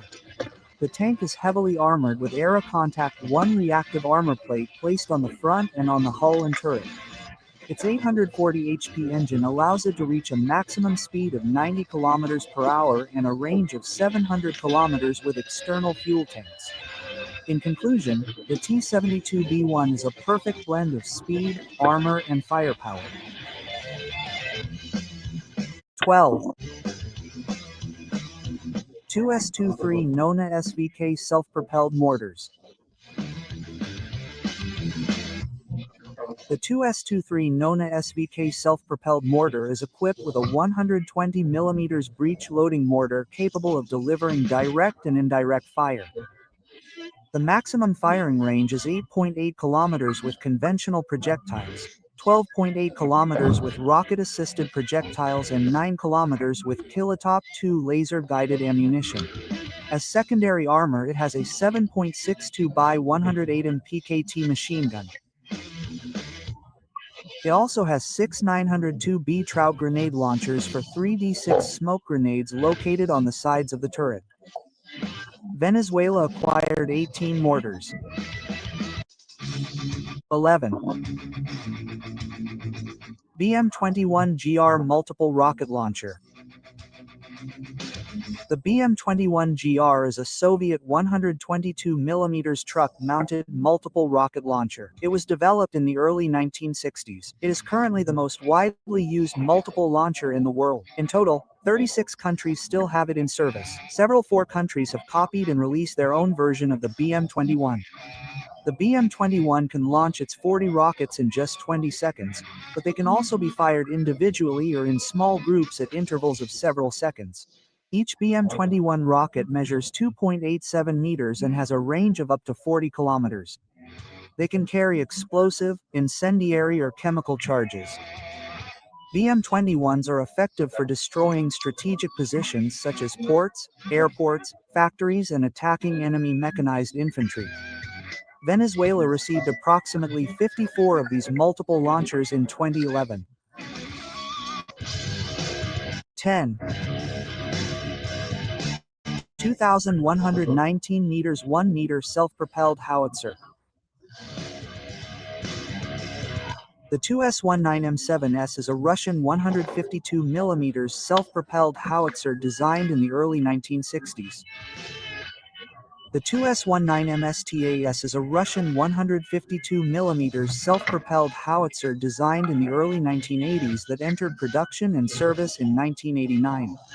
The vehicle's chassis is based on the T-80 but is powered by an 840 horsepower T-72 engine. The 2S-19's 2A65 Elibus has a maximum range with standard ammunition of 24.7 kilometers and with special ammunition of the type it was 36 kilometers. Although in the export version 2S-19M1 introduced in 2006 with a NATO standard 155 mm gun, the maximum range increases to over 40 kilometers. As a secondary weapon, it carries a 12.7 mm SVT machine gun with 300 rounds, used for anti-aircraft defense and close defense. The Venezuelan army began receiving them in 2011 and in total they would have 48 pieces of the 2S-19 in service. 9. BM-30 Smarch multiple rocket launcher. The BM Smerch is a Russian multiple rocket launcher designed during the Soviet era. The BM-30 Smerch is a Russian multiple rocket launcher designed during the Soviet era. It is designed to destroy soft targets such as infantry or conduct counter-battery fire. It entered service with the Red Army in 1989. The BM-30 is equipped with 300 mm rockets with a range of up to 90 kilometers. The area covered by a salvo of 12 of its missiles is truly gigantic, 67 hectares. A Smerch rocket weighs 800 kilograms. The weight of its ammunition is 280 kilograms. As experts say, it is a unique ratio between the weight of the propellant unit and that of the ammunition. The missile warhead is loaded with 72 ammunition weighing 2 kilograms each. The angle of demolition is completely vertical at 90 degrees, which is achieved by a parachute system whose impact angle normally varies between 30 and 60 degrees. The system also uses other types of combat loads such as anti-personnel and anti-tank mines, thermal and intelligent incendiary charges. Venezuela acquired 12 BM-30 Smarch rocket launchers. 8. CTC-232 anti-aircraft automatic cannon. The CTU-232 is a twin-towed 23 mm anti-aircraft automatic cannon. The CTU-232 uses 23 mm 2A1 automatic cannons. It was designed to be used against low-flying aircraft with a range of 2.5 kilometers, as well as against armored vehicles located at a distance of 2 kilometers and to defend troops and strategic positions from air attacks carried out by helicopters and ground attack aircraft. Venezuela acquired 300 units of the CSU-23 Sun 1.4 variant, which is equipped with a fire control system that includes a laser rangefinder, video camera, telescopic sight with a thermal imager and a night sight. These guns arrived in Venezuela between 2010 and 2014, completely new. 7. 9K338 ILA-S portable anti-aircraft missile. The 9K38 IGLA is a surface-to-air missile of Soviet origin. Portable and infrared guided, they entered service with the Red Army on March 11, 1981. Proof of their efficiency is that on January 17, 1991, a decade after their entry into service during the Gulf War, one of these missiles shot down a Panabia Tornado bomber of the Royal Air Force that was bombing Iraq. The missile, since its introduction to active service, has undergone different versions and improvements, including an increased range of up to 7 kilometers and an altitude range of up to 3,500 meters. Resistance to flares and electronic countermeasures, which sets it apart from other missiles of this type. A more sensitive seeker, exposing its ability to lock on to low-flying aircraft. This improved missile is known as the 9K338 ILA-S. According to recently revealed information, Venezuela has 5,000 IGLA-S missiles in service. Although according to other sources, Venezuela only purchased 2,000 missiles of this type in 2008. 6. S-125 Pechora M2 medium-range anti-aircraft missile. The S-125 Pechora is a surface-to-air missile system of Russian origin. It is capable of engaging lower-flying targets than previous systems and, being more modern, is much more resistant to electronic countermeasures. It reaches a pursuit speed of around M3. Both stages are powered by solid-fuel rocket motors. The S-125 uses radial command guidance. The S-125 is launched from launch ramps that are normally fixed, but can be relocated. The radars used by the system are the P-15 flat face, which is a UHF acquisition radar with parabolic antennas and has a range of around 250 kilometers. And the low-blow radar, which is a target and missile tracking radar with a range of about 85 kilometers. The S-125 batteries can also be equipped with the P-12 SPA-R early warning radar with a range of about 270 kilometers. The missile's impact warhead has an explosive of 60 kilograms, so if an enemy aircraft is hit by this missile, it is very unlikely to survive. The S-125 reaches a speed of 750 meters per second and its maximum range is about 25 to 35 kilometers and its confirmed flight ceiling is between 300 and 15,000 meters. The Pechora M2 anti-aircraft systems, an improved version of the original Pechora, are now equipped with more powerful and effective missiles. Venezuela acquired the S-125 anti-aircraft system together with the Buck and S-300 missiles in the early 2000s. 5. Medium-range anti-aircraft missile, Buck M2E. The Buck missile system is an anti-aircraft defense system armed with surface-to-air missiles developed by the Soviet Union and later by Russia. It was designed to intercept cruise missiles, smart bombs, and manned or unmanned aircraft. Over the years it has been updated and improved several times as the Buck M2 version known in the West as SAW-17 or Grizzly. The Bug M2 extended its range to 42 kilometers and 25 kilometers in height. The system remains semi-active. It can track up to 24 targets simultaneously. The anti-aircraft system consists of 3 parts that are located between independent vehicles, a command center, a missile launcher, and an acquisition and tracking radar. The Bug M2 has a combat effectiveness of between 90 and 95%. This missile has been in service in Venezuela since 2013. 4. Long-Range Anti-Aircraft Missile. S-300VM Anti-2500. The S-300VM Anti-2500 is a Russian anti-ballistic missile system. The system is designed to defeat short and medium-range ballistic missiles, aerostatic and cruise missiles, fixed-wing aircraft, as well as airborne early warning radar platforms and precision-guided munitions, as well as aerodynamic targets with a range of up to 200 kilometers and at an altitude of up to 30 kilometers.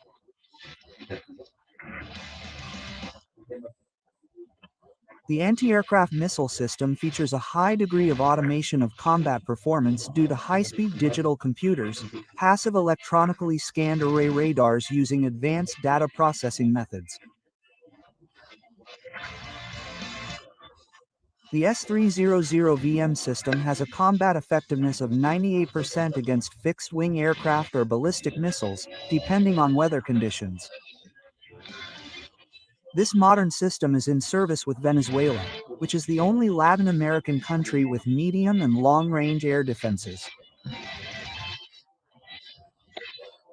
3 missiles reportedly arrived in Venezuela in 2011.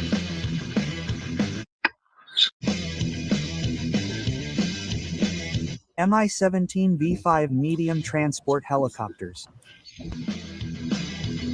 Between 2005 and 2012, Venezuela purchased 38 Mi-17 V5 medium transport helicopters from Russia, of which 20 were destined for the land component of the FAN.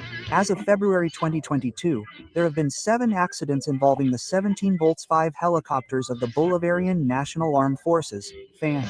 Of these, 6 were from the Bolivarian Army and 1 from the Bolivarian National Guard.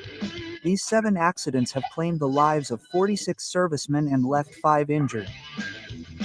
Characteristics of the Venezuelan M17 Volts 5s: maximum speed of 250 km per hour, cruising speed of 230 km per hour, maximum flight range with main tanks of 610 km, flight ceiling 6,000 meters altitude, maximum takeoff weight 13,000 kg, maximum external payload 4,000 kg, maximum payload in the transport cabin 4,000 kg. Crew 3 people. Capacity to transport up to 26 people. 2. Mi-35M2 Carib attack helicopters. In 2005, a total of 10 Mi-35M2 Carib attack helicopters were purchased for the Venezuelan army, which were manufactured in 2006. To date, 2 helicopters have been lost in accidents. The first of these occurred on February 5, 2019 and the second on September 9, 2020. The M35M is a medium-range combat helicopter with a length of 17.5 meters and a height of 6.5 meters, whose mission is to provide air support to troops fighting on the ground. It also serves as an escort for light and heavy transport aircraft. The M35M2 can fly at a maximum altitude of 5,600 meters and has a maximum speed of 310 kilometers per hour. The fastest helicopter in Venezuela. It also has a cargo hold that can accommodate 8 fully equipped commandos to carry out assault and infiltration missions. The Bolivarian Army's M35M2s are armed with a 23 MGSH-231 twin cannon, 80mm S8 rocket launchers, each rocket launcher carrying 20 rockets, and 9 M120 ATV anti-tank air-to-ground missiles. These missiles have a range of 6 kilometers and can penetrate up to 800 millimeters of steel armor. They are equipped with CMOF VK2500 turbojet engines for high-altitude operation and have integrated fire control equipment and modern electronics. 1.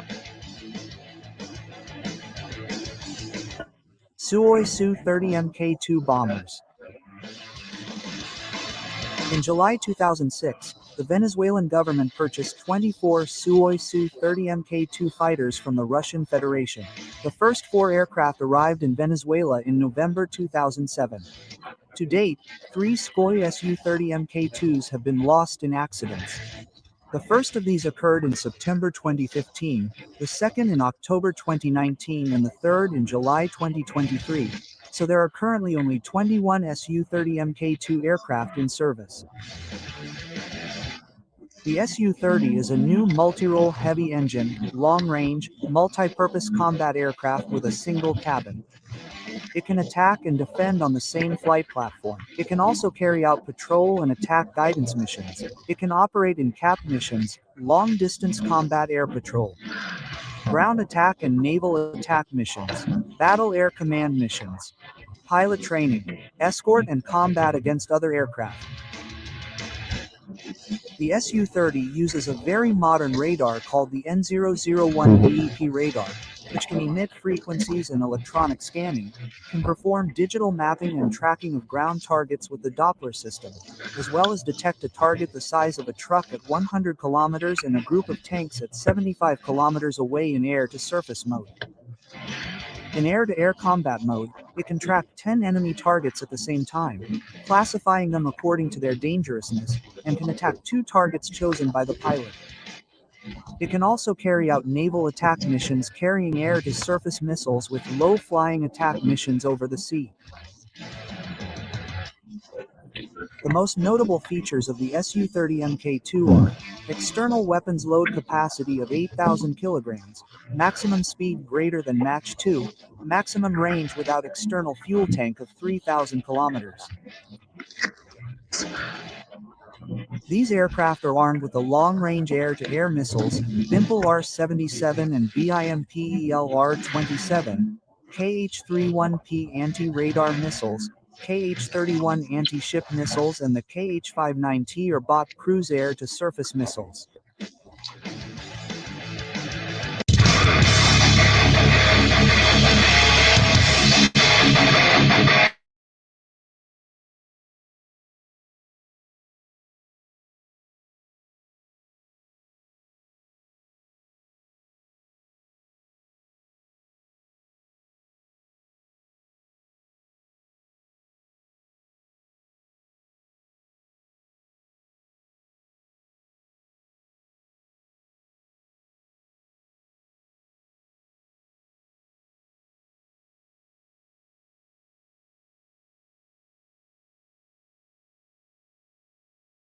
Not drug labs, not submarines full of cartel cash, boats, wooden hulls, fibrous skiffs, the kind used by fishermen who go out before sunrise and don't end up coming back.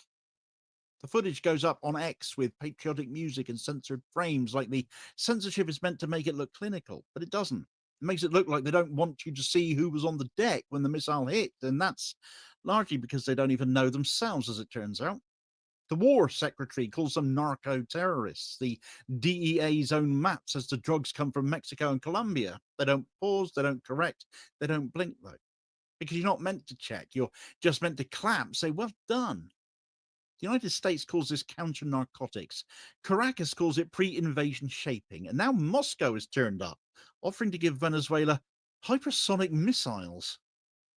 Right, so the ongoing strikes by the US on alleged drug boats, which mysteriously never gets evidenced. Corroborating footage never actually ends up corroborating anything, does it? And yet still more military assets find themselves in the Caribbean anyway. The vessels hit were described as narcotics trafficking boats. The classification was asserted conveniently at the moment of destruction, though, so nobody could actually check. The identification of the people killed might come later if it comes at all, as it turns out. The images end up being fire on water instead, black holes, not the faces. The statements describe precision. The records do not show names. No public list of victims gets released because, well, as it turns out, the US might not actually know them. Therefore, who are they actually firing on, and how do they know that's who they're firing on at all? How do they know they're even drug dealers if they don't even know their names? Well, the campaign sat in the gap between visibility and proof, didn't it? The Pentagon confirmed the strikes were taking place. The justification, though, was just constant. It was narco-terrorism, it's maritime interdiction, it's national security. The phrase narco-terrorism enters the official vocabulary. The term carried weight. The public was expected to recognize it as a new threat and take the US government's word for that. The casualties were unnamed, though. The context remains undefined as a result. The footage was provided without verification. The press releases carry the line. The narrative travelled faster than the evidence ever could. Not hard when more and more people surmise there actually might not be any to present.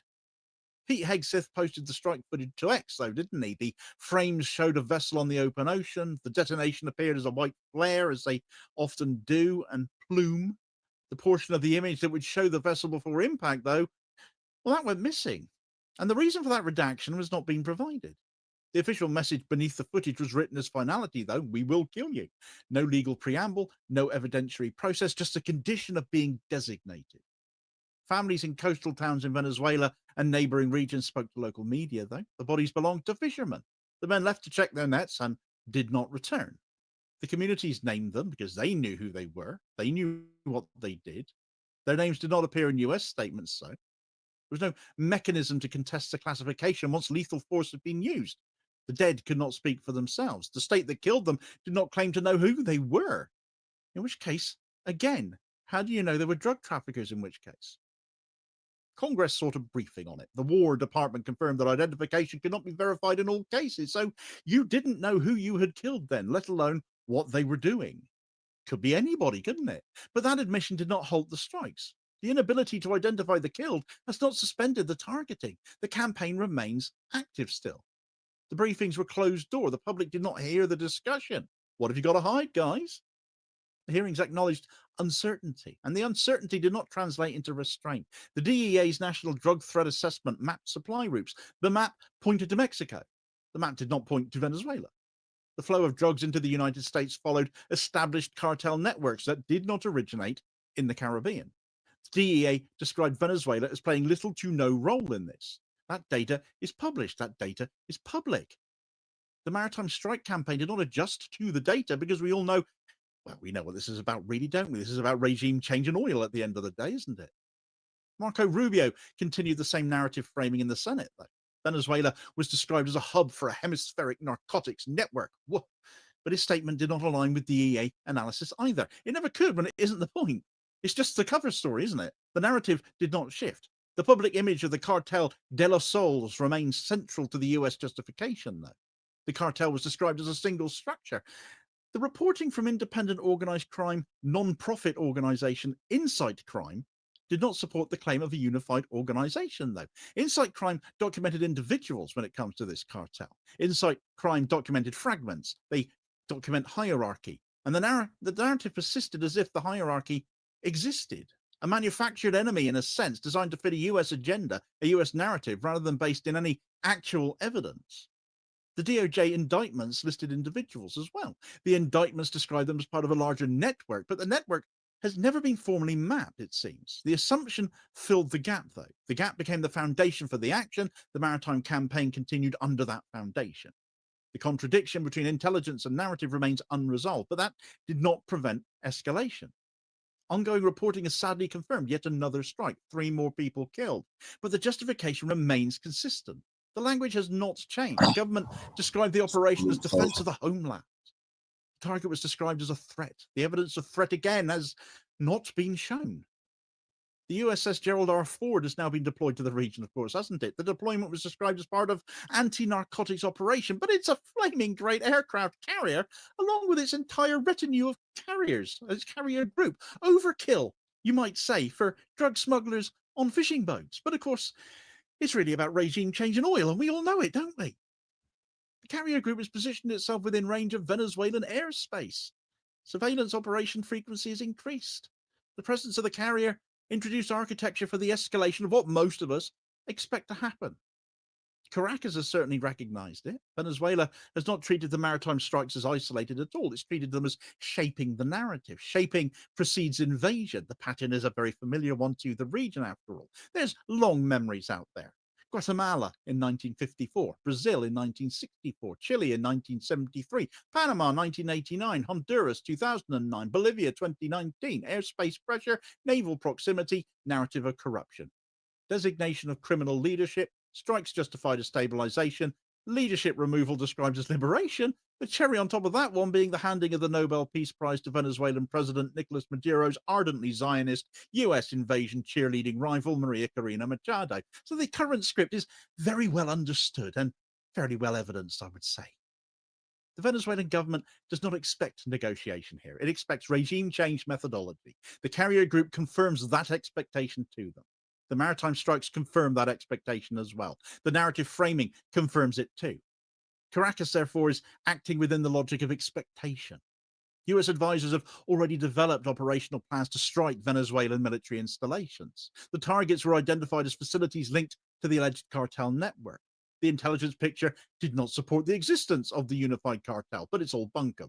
Congress knows it as well. It attempted to restrict presidential authority to launch unilateral strikes on Venezuela. The War Powers Resolution was introduced. The vote unfortunately failed, 51 to 49. The authority to strike remains with the Cheeto-dusted chump called Trump. There's no longer an internal restraint mechanism at play here, therefore. At this junction, the Venezuelan state moved. Requests for air defense support were made to Russia. The requests were not concealed. The deliveries were not hidden. Russia has provided Venezuela with Pantsir S-1 and Buk M2E missiles. Alexei Zhuravlyov, the deputy chairman of Russia's Parliamentary Defense Committee, issued a statement. Russia could supply hypersonic missiles to Venezuela if the United States escalated. The missiles were described as uninterceptable. The remark warned of surprises for the Americans. His words left hanging in the air there. And the escalation slowed. No statement, no briefing, no shift in official tone. The maritime strikes continued because they could continue. The footage still appeared. Boats hit in the open water. No names, no faces yet again. The planned strikes on Venezuelan military sites, however, that has not happened yet. The air defense systems were now in place. That fact lived inside the decision-making environment now. Nobody had to say it. Certainly the US didn't want to admit it was hesitating, as it now very much appears to be. Venezuela is still standing. The carrier group remains offshore. The narrative from Washington hasn't changed. The bodies in the water remain unidentified. The classification of narco-terrorism remains lacking in evidence, but the balance beyond the language has shifted. Caracas hasn't bent, though. It hasn't asked for terms. They brought in cover instead. Russia is now a presence in this situation, though, and that represents a shift. The shift did not need to be announced. It was recognized, and actually it's pretty significant. Russian air defense systems were already in Venezuela. Their presence has been documented for years. These systems require training and maintenance. Technical personnel accompany the hardware. Their work is routine, it's not symbolic, but any US strike on Venezuelan airspace carries the possibility of hitting equipment supported by Russian technicians. That possibility also enters the decision-making now, especially now Russia have made their presence more publicly known again. Russia had already been present to an extent, now it is more so. The air defense systems Venezuela already required training and maintenance. The technicians came with the hardware. New hardware means more technicians, presumably. So their presence before wasn't announced because it was not new. But the consequence is still clear. Any strike on Venezuelan airspace now carries the possibility of Russian casualties, and they would be more widely known about as a consequence. The escalation threshold has changed with a headline, basically. And of course, there's those hypersonic missiles hovering in the air, hanging in the air. And Israel knows all about them, don't they? In Colombia, the political environment had changed as well. The government no longer aligned reflexively with the US regional enforcement. It much more aligns with Venezuela itself now. Gustavo Petro and Nicolas Maduro very much on the same page where it comes to the US aggression here. Mexico maintains a distance too. Brazil under Lula has not backed military escalation against Venezuela either. So the regional map does not provide support for intervention here. The United States does not have a coalition of partners here to draw on as it's used to having in other parts of the world. The states had expected Venezuela to fold under the maritime strikes. The expectation was based on repetition of pattern. Pressure when they apply it generally ends up isolating leaderships. Military infrastructure targeted, narrative of corruption, public support fractured, regime collapses. They've done it all before. They've written the playbook on this. Replacement authority gets installed. Juan Guaido can probably sit down. He's probably not going to be him. The script had been performed many times. The expectation was not an unreasonable one. It's worked before, hasn't it? But so far here in Venezuela, it isn't working at all. The maritime pressure is not creating compliance. The narrative did not fracture the Venezuelan state. The strike planning did not compel retreat. The failure of compulsion has not been acknowledged. The operations continued as if compulsion had been achieved, but it's not been achieved. The Venezuelan state simply moved before strikes reached infrastructure. Caracas didn't wait for the first air raid siren or the first crater in the runway courtesy of a US missile. Caracas sought Russian involvement while the United States was still operating in deniable space. The call came before escalation crossed into overt phase. And now the United States could still strike, of course. The strike would no longer be an uncontested one. The strike would be a strike against a defended state now. The defense would implicate Russia. The implication of Russia would transform the conflict into something beyond regime change. And so the stakes have shifted. The shift was already visible by the time Moscow made the hypersonic missile remark. The message was a very simple one, though. Escalation could be met in kind. The United States was no longer pushing into empty space. There was someone else in the room now, someone who could reach back. The maritime strikes showed Washington could kill without identifying who it killed. The region remembered what usually comes next. Runways, ministries, television stations, it's all about the oil. Caracas moved before that stage, though. Russia was already in the system, not symbolically, but literally in the wiring, in the radar, and in the maintenance logs. That was enough. The Monroe Doctrine that the Americas was US business and everyone else could butt out had always been a presumption. The presumption that the United States could escalate here without meeting any opposition. Well, that presumption is no longer there, is it? The footage has continued nonetheless, so boats hit in the open water, hulls breaking, black smoke on the surface of the sea. The captions didn't change, the language didn't change, the official posture hasn't changed. The only thing that changed is the context around it. The calculation behind the release was different. The people who needed to recognize that have recognized it, and Caracas remains standing. No request for terms, no public gesture towards concession. Moscow remains in position, ready and waiting to assist further. Washington has not made any announcement of any adjustment itself. The strike window just narrowed without being described as narrow. The hemisphere no longer moved on one command channel. The United States still holds the hardware, still holds the sanctions architecture, still holds the narrative machinery, but pressure no longer guarantees collapse when external support is available. Pressure now meets reinforcement. Russia didn't arrive with ceremony, it arrived with presence. The air defense systems were already in the inventory. The statement about hypersonics showed a preparedness to escalate should the US do so. There's no treaty, there's no pact, there's only a sequence of events playing out. The United States supplied force expecting compliance. Compliance hasn't come. External support has come instead. The US is not getting its own way here, and I'm all for it. Well, this is hardly the first balls up Trump has had inflicted on him over Venezuela, though, nor even the second. In fact, here, actually, are 5 instances, all in 1 week, where taking on Venezuela has blown up in his face even more, as a further recommendation for you just here. Please do also hit like, share, and subscribe if you haven't done so already, so as to ensure you don't miss out on all new daily content, as well as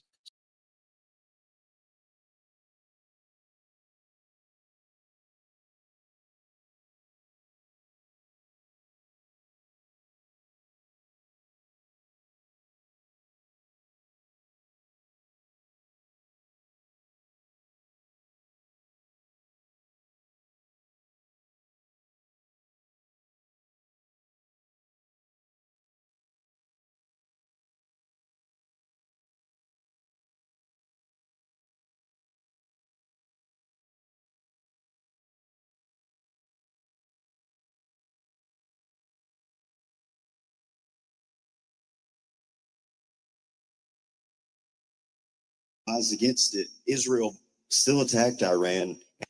Israel has not been a great friends Ray McGovern and Larry Johnson returning for their weekly double duty, the Intelligence Community Roundtable. Let's start with the most talked about video of the week. I'd like to ask about your father's relationship with Israel. He's taken over $230 million from pro-Israel groups. During the summer against Iran, even though he advised against it, Israel still attacked Iran.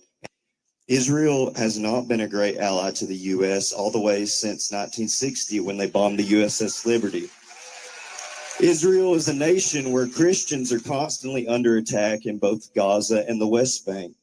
We talk about America first and defending Christians, but how can we do this if we align ourselves with a nation that does not do that itself?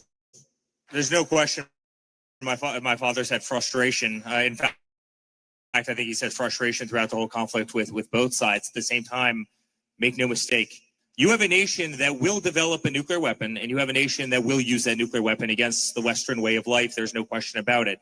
In response to the nukes from Iran, Israel has nuclear weapons and is not a part of the IEA, unlike Iran. And it's just sad to see because I've never seen the American president get treated the way he does by the Israeli government. This is a president of peace. And sometimes you have to be slightly unconventional with how you get there. You use what you have. That is certainly what he's been able to do. Peace around the world sounds pretty good to me, and that's what this president is bringing. Coming out of the mouth of a young man, and two deer in the headlights on the stage, Ray McGovern. Well, this is what we need more of. You may recall that, there was another video, my favorite, where a very accomplished intelligence analyst interrupted John Brennan and asked him some real questions at this James Madison University, which is supposed to be sacrosanct, talking about CIA leaders. He embarrassed him. And the first thing Brennan did after listening says, "Who put you up to that? Who you went? I don't." And then there became an actual confrontation where this fellow, his name is Speciale, okay, good countryman of yours, Judge. He stood his ground, and Brennan's going like this on his breast, and he stood his ground, and then all of a sudden he gets so discombobulated they leave. Now, I didn't see any security detail with Brennan. I imagine they were waiting outside, but I hope they cooled him down because it looked like he was going to have a heart attack on the spot. Larry, on what we just saw at Auburn University. Well, this kid obviously is a graduate of the Ray McGovern School of asking tough questions to important people. I'm sure he's got that certificate somewhere. I loved it watching. Watching Eric and Laura Trump tap dance. They put Bojangles to shame, trying to. There's only so much lipstick you could put on this pig. Is the United States, Larry, actively enforcing or policing the Witkoff, Kushner, Trump, Gaza peace plan? Not really, not to my knowledge.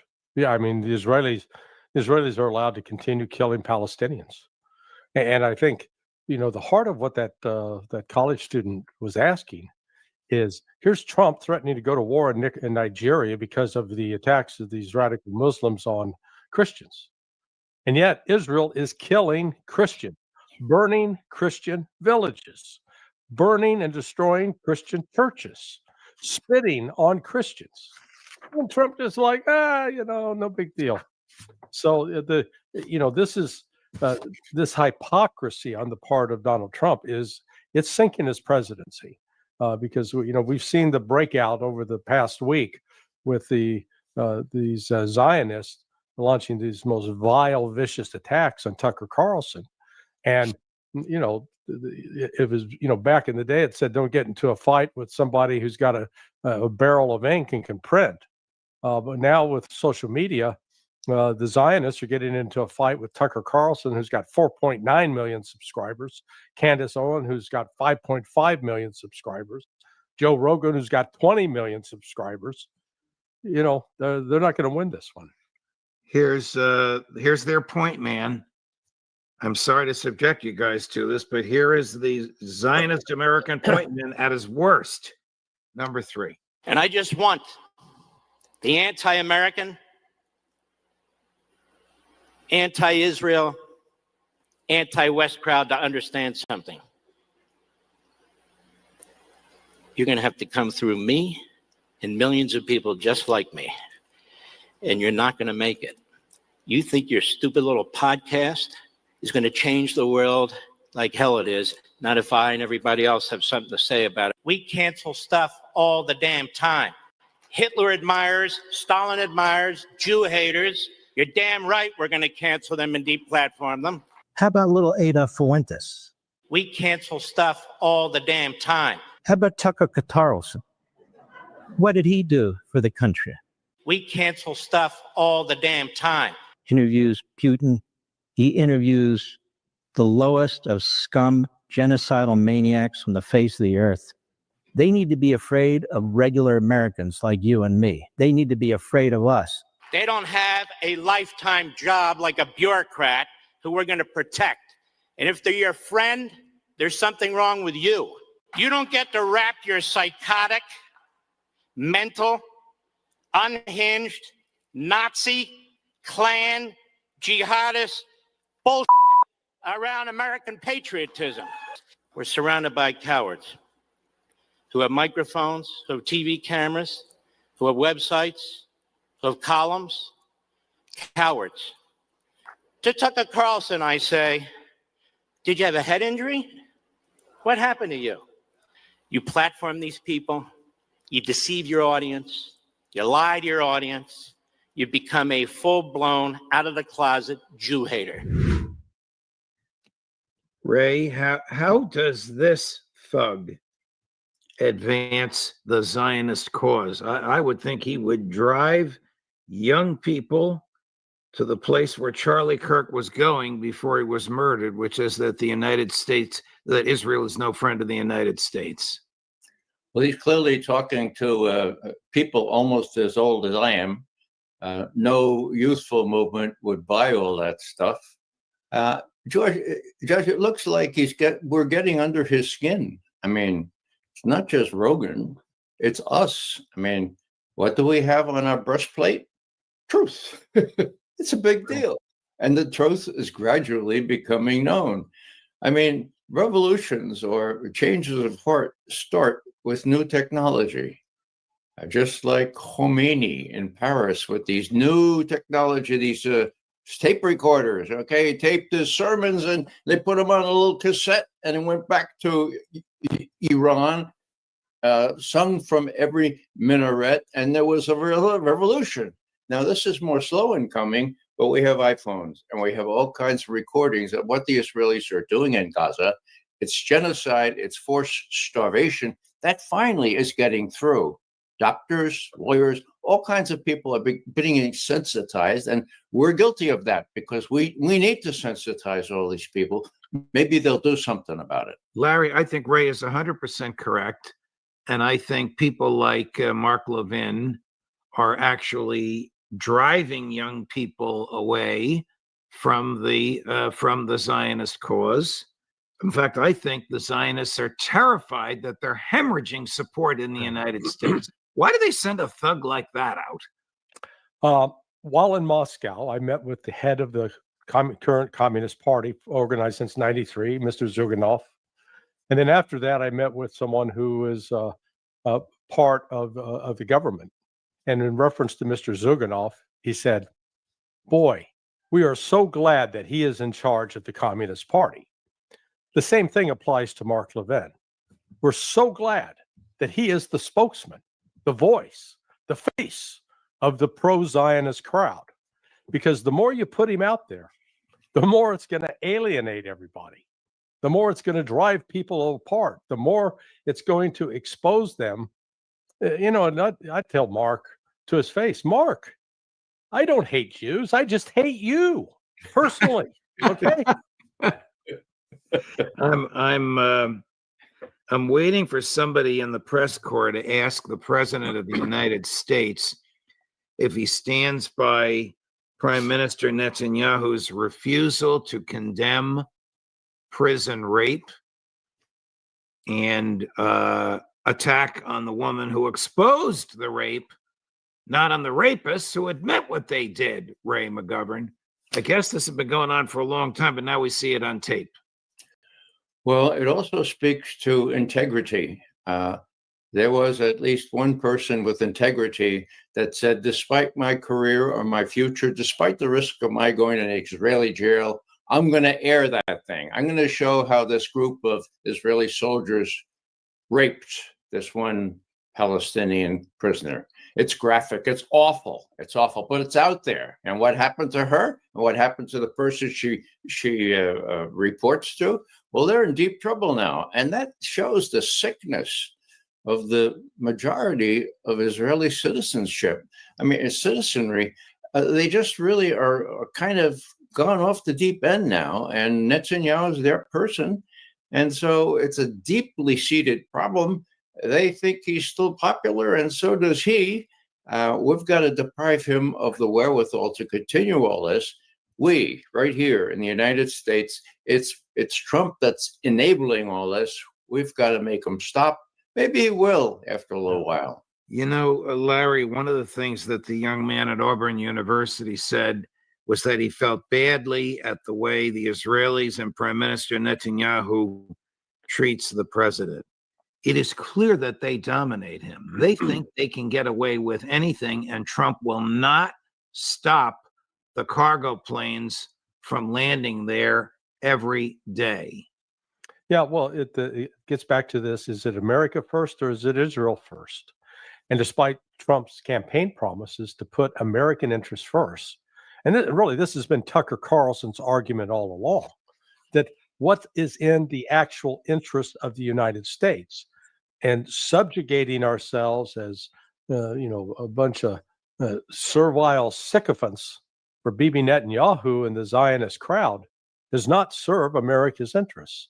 And yet Donald Trump, and as the student correctly pointed out, is financially compromised by the amount, almost $250 million he has taken in from these Zionist interests, and stocking his cabinet with Zionist supporters. So this is different. Labeling someone a Zionist, let's be precise what we're talking about. Somebody who believes that this magical deity said, hey, I like you people better than everybody else, and I'm giving you this piece of land, and on top of it, you can kill anybody that's in it that's not part of your group. I think that Ted Cruz believes that. He told that to Tucker Carlson. I think it's sick. It's ridiculous, and I think Tucker was correct in calling that a heresy, a religious heresy. Yes, because it ignores the fact that ostensibly that the Bible, when people quote the Old Testament, is the concept that God created all human beings, not just one special group. And it's this special group nonsense. It's just starting to get caught in everybody's throat. It's like, you're as much a human being as anybody else, and treat other people. But once you dehumanize them and you can treat them as a group and assign guilt to the group and punish the group, then all of a sudden you're in the authoritarian territory, the land of dictators. Here's President Trump at Mar-a-Lago 2 days ago. As you listen to him, bear in mind that on Monday, he will be meeting at the White House with al-Jilani, the ISIS leader, who's now the head of Syria and who is slaughtering Christians. Chris, cut number one. If the Nigerian government continues to allow the killing of Christians, the USA will immediately stop all aid and assistance to Nigeria. We're going to do things to Nigeria that Nigeria is not going to be happy about, and may very well go into that now disgraced country, guns a-blazing, to completely wipe out the Islamic terrorists who are committing these horrible, horrible atrocities. I'm hereby instructing our Department of War to prepare for possible action. If we attack, it will be fast, vicious, and sweet, just like the terrorist thugs attack our cherished Christians.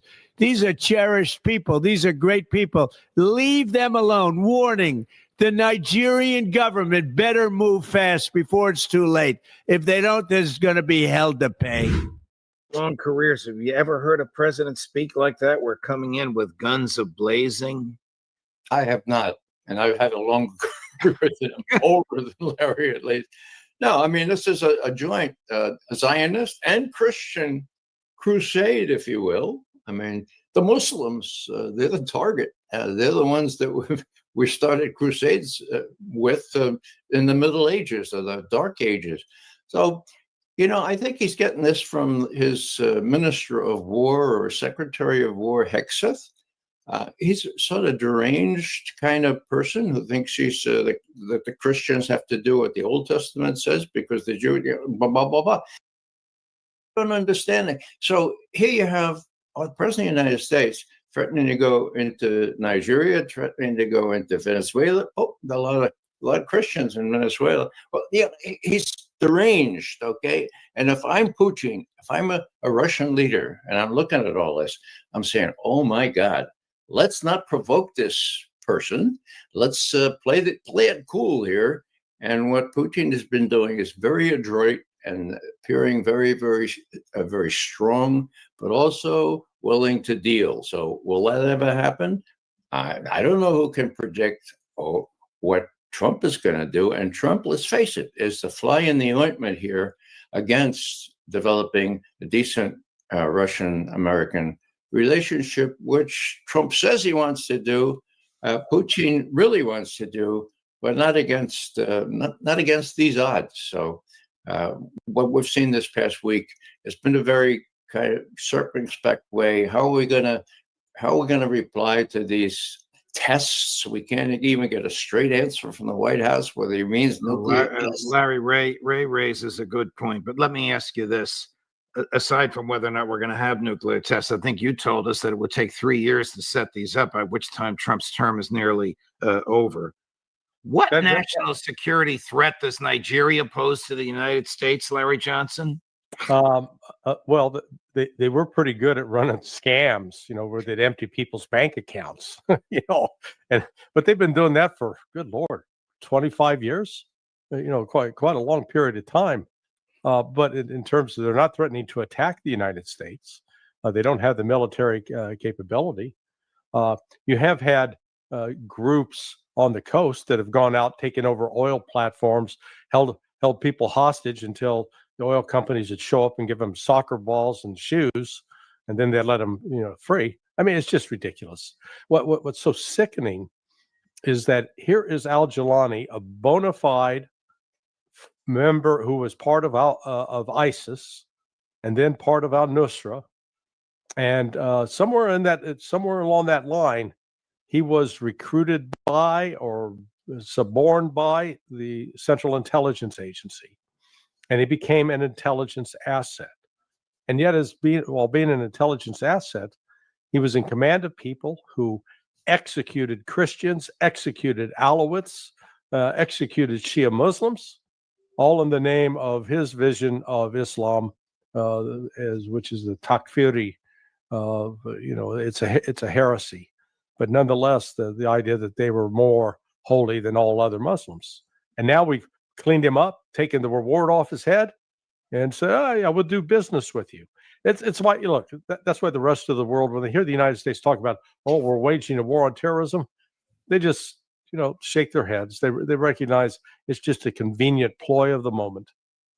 Hey, Ray, what do you speculate, or maybe you actually know from your former colleagues, what intel the intelligence community is telling Trump about Venezuela?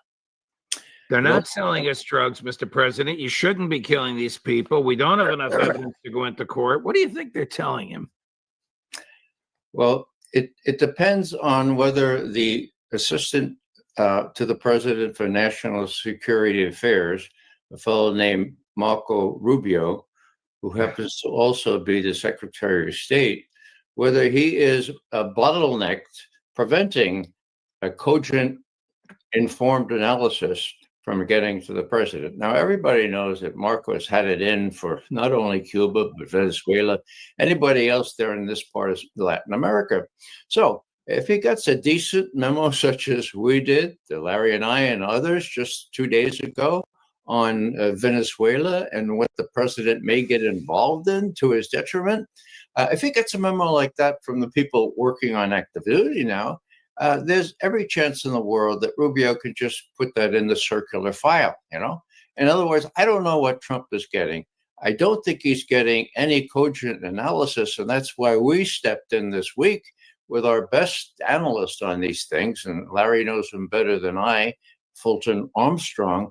And if somehow, by some miracle, the president gets to read that, or one of his advisors says, "Oh, these guys have pretty good credentials. They've been right since Iraq. Why'd you read this?" Then there's some semblance of prospect that the president will rein himself in. The more so since the Russians and the Chinese, the world has changed. We've got to get Okay. You know, Larry, if I hate to say this, but I have to, if Tulsi Gabbard were not in the government, she probably would have signed that memo that you and Ray and the others signed.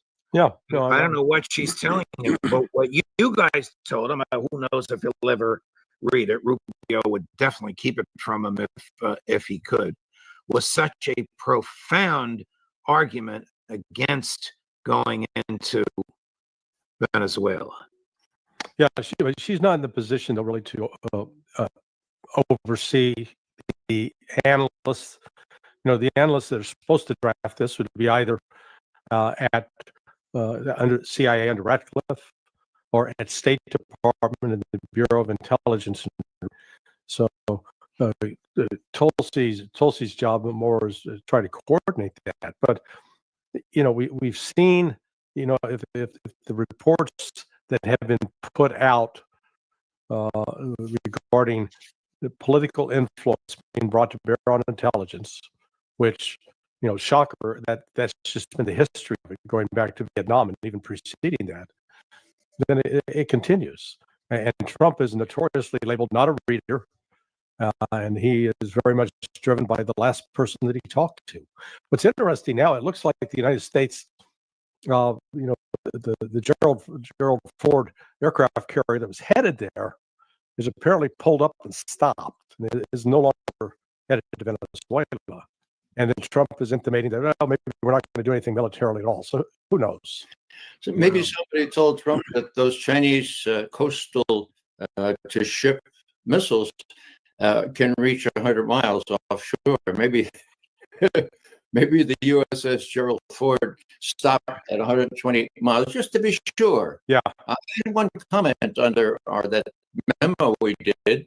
Somebody said the defense arrangements on these warships, they weren't so formidable. And when the Houthis went after them, so why did you say formidable? Well, I said formidable would be nice. Okay, one missile can ruin Donald Trump's whole day and get a bunch of sailors killed. To end on a light note, gentlemen, I don't know if you've seen this. The sandwich guy.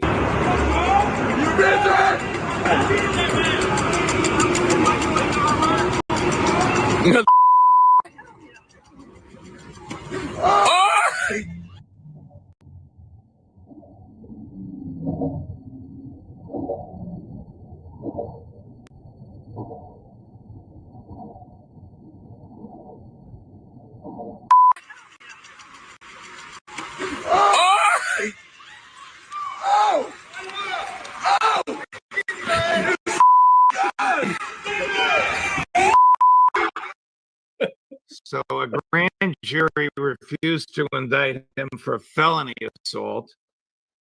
My friend and former colleague, the U.S. Attorney in the District of Columbia, Janine Pirro, then charged him with misdemeanor assault, which does not require an indictment.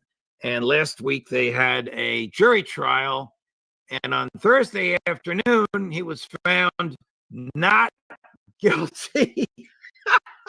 Yeah. After the jury saw that tape a half a dozen times. Yes, and even, Judge, even though that person at whom that was thrown testified under oath that he felt a very bad tingling there beneath his armored vest there, and it really, really hurt. And he thought it might be something chemical or something like this. So juries are a real instrument for pursuing justice.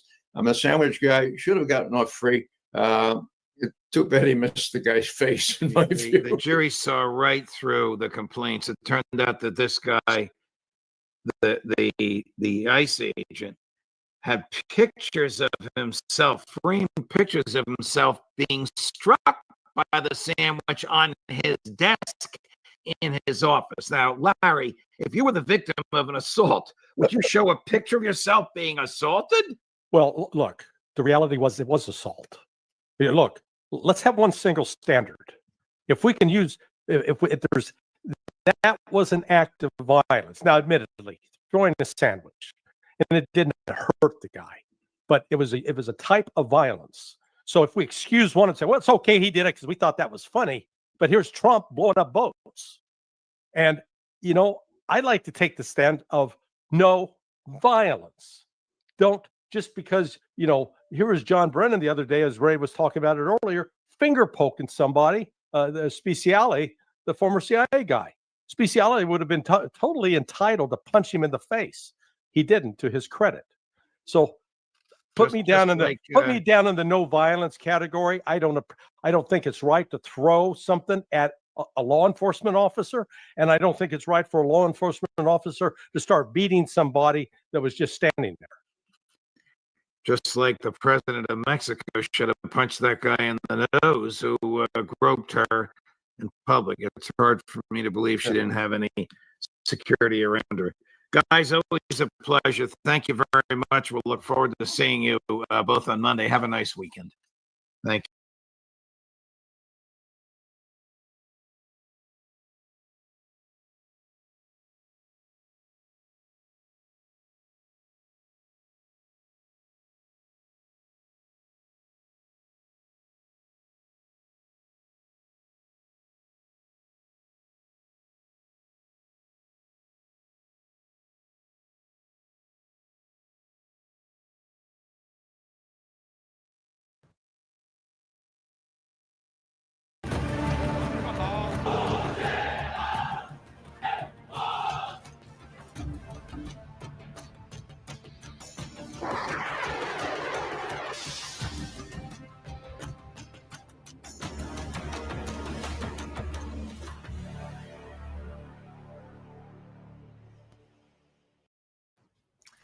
In China, Xi Jinping is making rapid moves. He's upgrading and expanding his military. The scale of this expansion is massive and the pace is alarming. This exercise is being done across the board, on land, at sea, and in the air. Let's start with land. New satellite images have emerged. They show missile production on a large scale. There are dozens of factories, research hubs, and test sites. All kinds of facilities are being expanded. More than 60% of all missile-related facilities in China have become bigger. Over 2 million square meters of new floor space has been added. We're talking about an area that can house hundreds of football fields. Only here, they're building weapons. Farmland and villages have been cleared. They have been replaced by new towers, bunkers, and testing grounds. The satellite pictures are telling. If you look closely, in some of them, you can even see missile parts. Experts say this is not a routine expansion. It's the kind of scale-up that could change the military balance in Asia. In fact, they've given a name to it. They say China is building, and I'm quoting, an anti-access denial bubble. Yeah. But what is the goal? Yeah. The goal is to keep the US and its allies out of striking distance.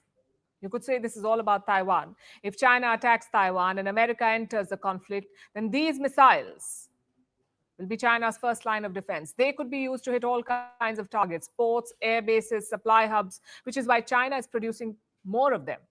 And leading this effort is the PLA rocket force. The PLA is the People's Liberation Army, the Chinese army. They have a rocket force. It is the military branch which controls China's nukes and ballistic missiles. Xi Jinping calls it the core of strategic deterrence. And he's adding muscle to it by stockpiling more missiles. Although it's not clear how effective these missiles are. Remember, not too long ago, this same missile force was hit by a scandal. We told you about it on the show. They found water instead of fuel inside some of these missiles. And it was extremely embarrassing for Beijing. It triggered a massive military purge. President Xi removed the generals who were leading the rocket force. But now he's put the same force at the center of his defense upgrades. And this is just one part of the story. The military expansion is also happening at sea. This week, Beijing unveiled its most advanced warship ever. It's called the Fujian aircraft carrier. It officially entered service 2 days ago. Xi Jinping presided over the ceremony himself. He walked the deck, he greeted the officers, and he called them heroes of the nation. The Fujian represents a huge leap for China's Navy. The carrier is equipped with an electromagnetic catapult system. What does that mean? Well, it's the kind of technology that lets aircraft launch faster, carry heavier weapons, and return safely with less strain. The Americans use the same tech on their warships, and now the Chinese have it too. The Fujian can launch more aircraft in less time with greater range and precision. Plus, it's a massive warship. The Fujian nearly matches American carriers in size, and with its induction, China has 3 active carriers now. Reports say it's already working on the 4th one, possibly a nuclear-powered warship. The idea is to project power deep into the Western Pacific. These warships can serve as the backbone of China's naval strategy. They can sail with submarines and destroyers and constitute full carrier strike groups. Such groups can patrol far from Chinese shores. From the South China Sea to the Indian Ocean, they can be deployed anywhere. So these two developments, the surge in missile production and a new massive warship, when you put them together, what do you see? You see that China is no longer preparing just for a limited war. It is preparing to dominate the Indo-Pacific. The twin expansion shows a two-pronged strategy. China wants the capability to strike from land and to project power from sea. It wants to be able to surround and take Taiwan by force and deter the US and other powers in the wider Indo-Pacific. Washington is watching these developments closely. The Pentagon has issued an assessment. It says China's nuclear arsenal is expanding fast, faster than other nations' arsenal. China is adding around 100 new warheads every year. This is the most aggressive military buildup since the Cold War, and it's happening in plain sight.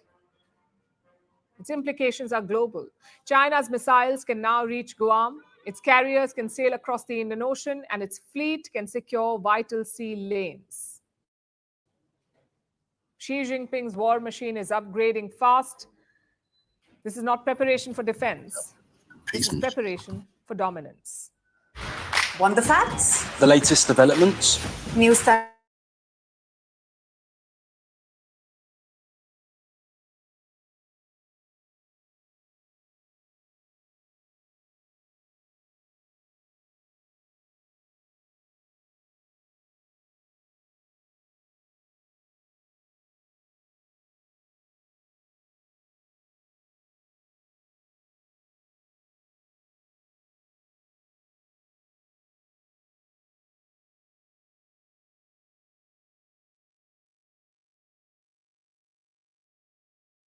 Taiwan's defense ministry tracked 34 Chinese warplanes and 8 naval vessels operating close to Taiwan during a 24-hour period ending Saturday morning.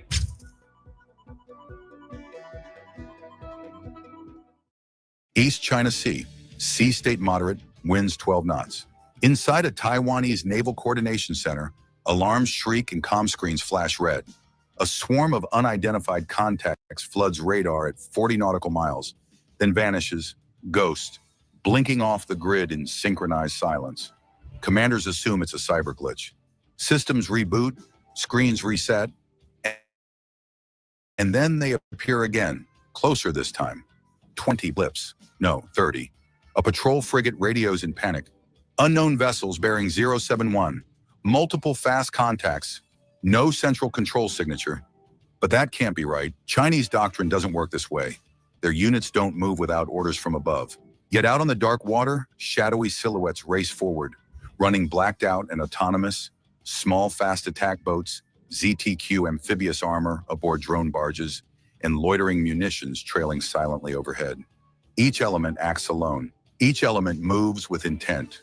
Each element is pressing forward without a controlling commander visible anywhere on the network. Inside the operations center, someone whispers, "Where is their command ship?" No answer, because tonight there is none. And by the time Taiwan's defense network realizes this isn't a probe, but a coordinated, decentralized strike, the first missiles are already launching. For decades, analysts dismissed the PLA as rigid, centralized, and slow to adapt. A force of obedience, not initiative. Orders from the top, execution from below. But something has changed. Behind closed doors, inside theater command bunkers from Fujian to Xinjiang, China has been quietly rewriting its manual for war. A doctrinal shift once thought impossible, mission command, Not Soviet-style control, not micromanaged battalions calling Beijing for permission to breathe. A hybrid approach. Strategic control is centralized, tactical execution is decentralized, meaning local commanders and increasingly autonomous systems now act on intent, not instructions. To Western planners, mission command is old. To China, it is revolutionary. And adversaries who assume Chinese units will pause, hesitate, or wait for orders are about to learn a costly lesson. Because in this scenario, Taiwan thinks it is watching a typical PLA amphibious feint. But that assumption will be their biggest mistake.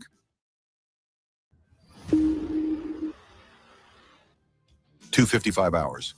PLA Eastern Theater Command issues a simple directive to forward units. Secure access corridor, disrupt coastal defense grid. Not how, not when, not in what sequence. Just the intent. Minutes later, Taiwanese radar picks up an obvious decoy, a Type 052D destroyer projected via electronic spoofing, appearing to steam toward the Matsu Islands. A perfect distraction. 15 minutes later, two Y-9G electronic warfare aircraft orbit A-10 altitude. They don't jam. They don't broadcast at full blast. Instead, tiny pulses, 0.3 seconds at a time, probe Taiwanese air defense radars, mapping frequencies, measuring response times, never triggering full alert. Meanwhile, on the sea surface, 6 uncrewed fast boats accelerate to 42 knots, spread in skirmish lines. Each carries lightweight loitering munitions, short-range anti-ship missiles, quad-rotor launch tubes, AI threat prioritization suite. No flagship directs them. They share data peer-to-peer, mesh-networked, not tower-controlled.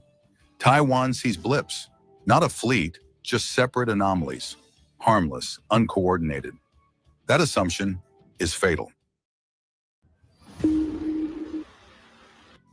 At 3:41, a PLA Special Operations team already ashore activates dormant EW beacons. No gunfire, no explosions, just digital suffocation. Taiwan's coastal command node loses real-time data for 11 seconds. Enough time for chaos to begin. A naval captain radios, "Request directive from command." No answer. Another transmission, awaiting authorization to engage. Silence. Mission command doesn't wait.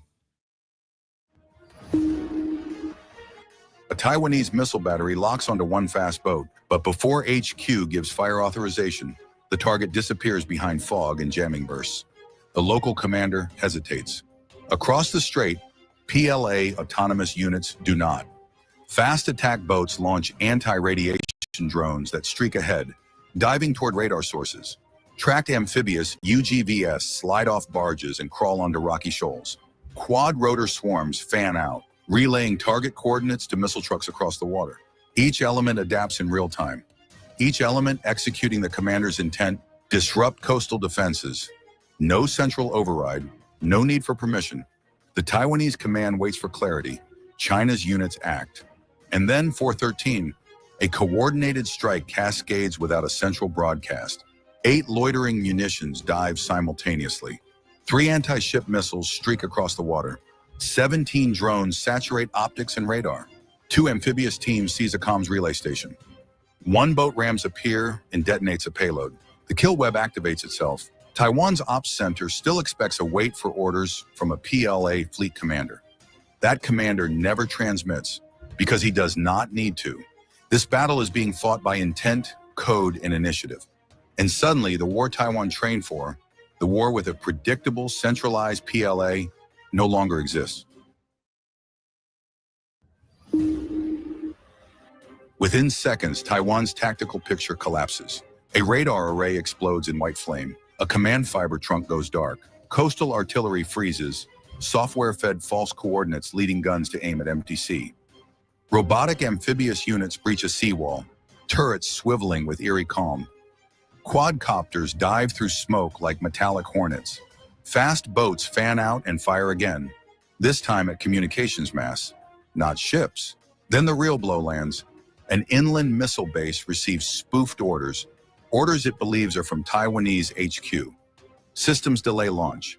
Air defenses pause to recalibrate. That hesitation kills them. A sky-tearing roar, DF-16, B tactical ballistic missiles arc overhead and slam into hardened structures. Shockwave, fire, silence. Taiwanese officers shout for HQ orders. There are none. Lines cut, terminals blank. C2 grid fractured. Meanwhile, PLA units move like hunting packs, adjusting on the fly, forming fire lanes without a central voice guiding them. This is not the PLA of the past. This is mission command in action, and the first island chain now sees a terrifying truth. An unshackled PLA fights with flexibility, initiative, and lethal speed. Dawn rises, the sea calms, smoke lingers. Taiwan reestablishes consolidated command. What do they find? A pierced coastal defense grid, a shattered EW node, a missile regiment was disabled. Command networks are confused, not destroyed. Local commanders frozen by uncertainty. PLA units withdrawn before counterstrike arrives. No mainland amphibious fleet followed. No full invasion executed. This was a test, not a conquest. A proof of concept. China can wage decentralized, rapid, intent-driven combat. And while Western analysts long argued that mission command was China's weakness, today proves it may become its greatest weapon. This hybrid doctrine mixes three lethal components: central strategic vision, decentralized tactical execution, autonomous machine augmentation, a trinity that reduces vulnerability to decapitation strikes and C2 disruption. In simple terms, even if you cut the head, the body keeps fighting. For adversaries, the implications are profound. Strike Beijing's command, local units still act. Jam C2 nodes, mesh networks fill the gap. Target leadership, mission intent endures, expect hesitation, you get initiative instead. A PLA no longer chained to rigid command pipelines is not just reorganizing, it is transforming. What emerges is a force unlike the PLA of old, an adaptive, AI-driven war engine, faster than bureaucracy, hungrier than doctrine, disciplined enough to coordinate, free enough to improvise, and ruthless enough to exploit even the smallest hesitation.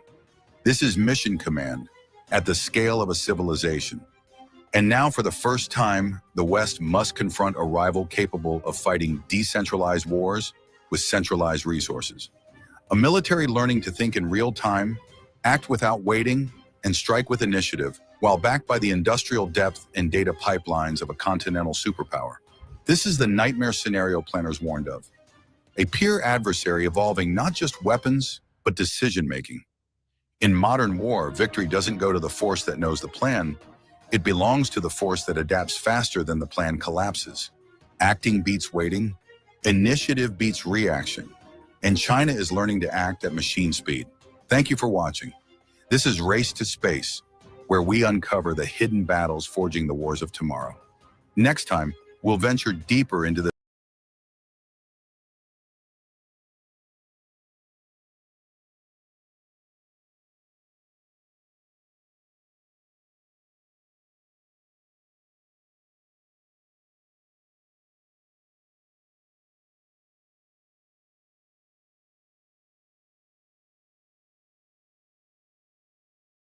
decoupling is unrealistic.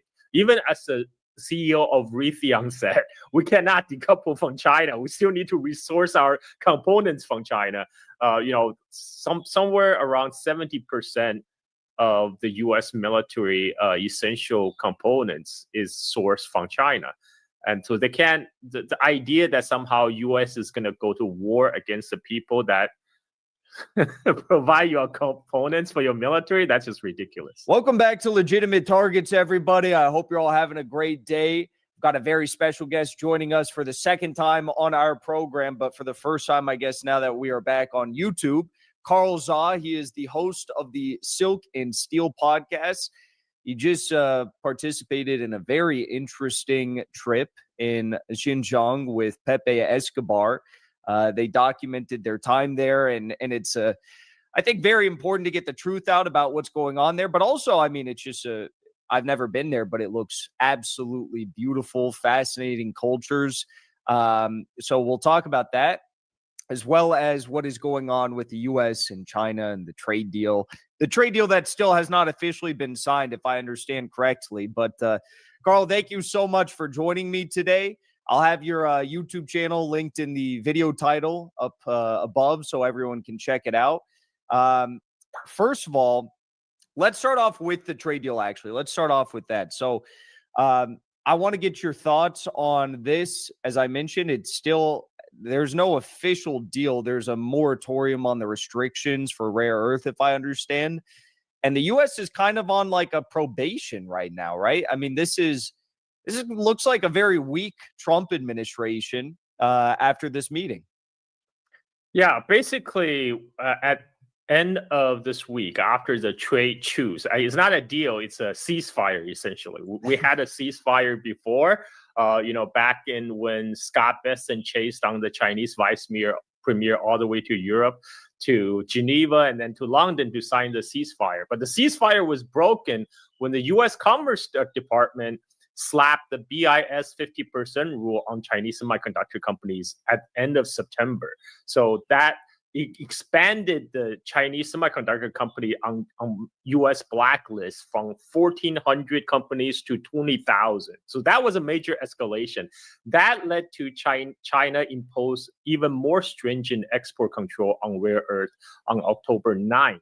And that led to Scott Bessent going ballistic and led to the final Trump-Xi meeting in Korea. So at the end of the day, they agreed to essentially roll back the tariff on China almost to the March level. So what was agreed to was the Trump administration will roll back the BIS 50% rule that sparked the latest outrage, and China on its part will agree to roll back the more stringent export control on rare earth that they imposed on October 9th. So this is just a rolling back. As you said, there's no deal. It's not final yet. What both sides agree is basically a ceasefire for another year, and possibly up to the time when Trump is planning to visit China. And we're going to have to see whether that ceasefire will hold, because we saw it got broken before. But right now, the deal looks pretty good to China. So Trump also removed 10% of the so-called fentanyl tariff on China, but by claiming that China have agreed to cooperate with U.S. on the fentanyl issue. But China has always said they would cooperate with U.S. on the fentanyl issue.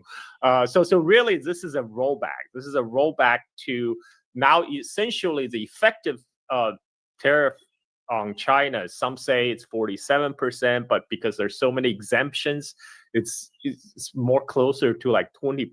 So in other words, the effective tariff on China is now approaching the same level as what U.S. is levying on its supposedly allies. I'm talking about UK, Australia, Canada, etc.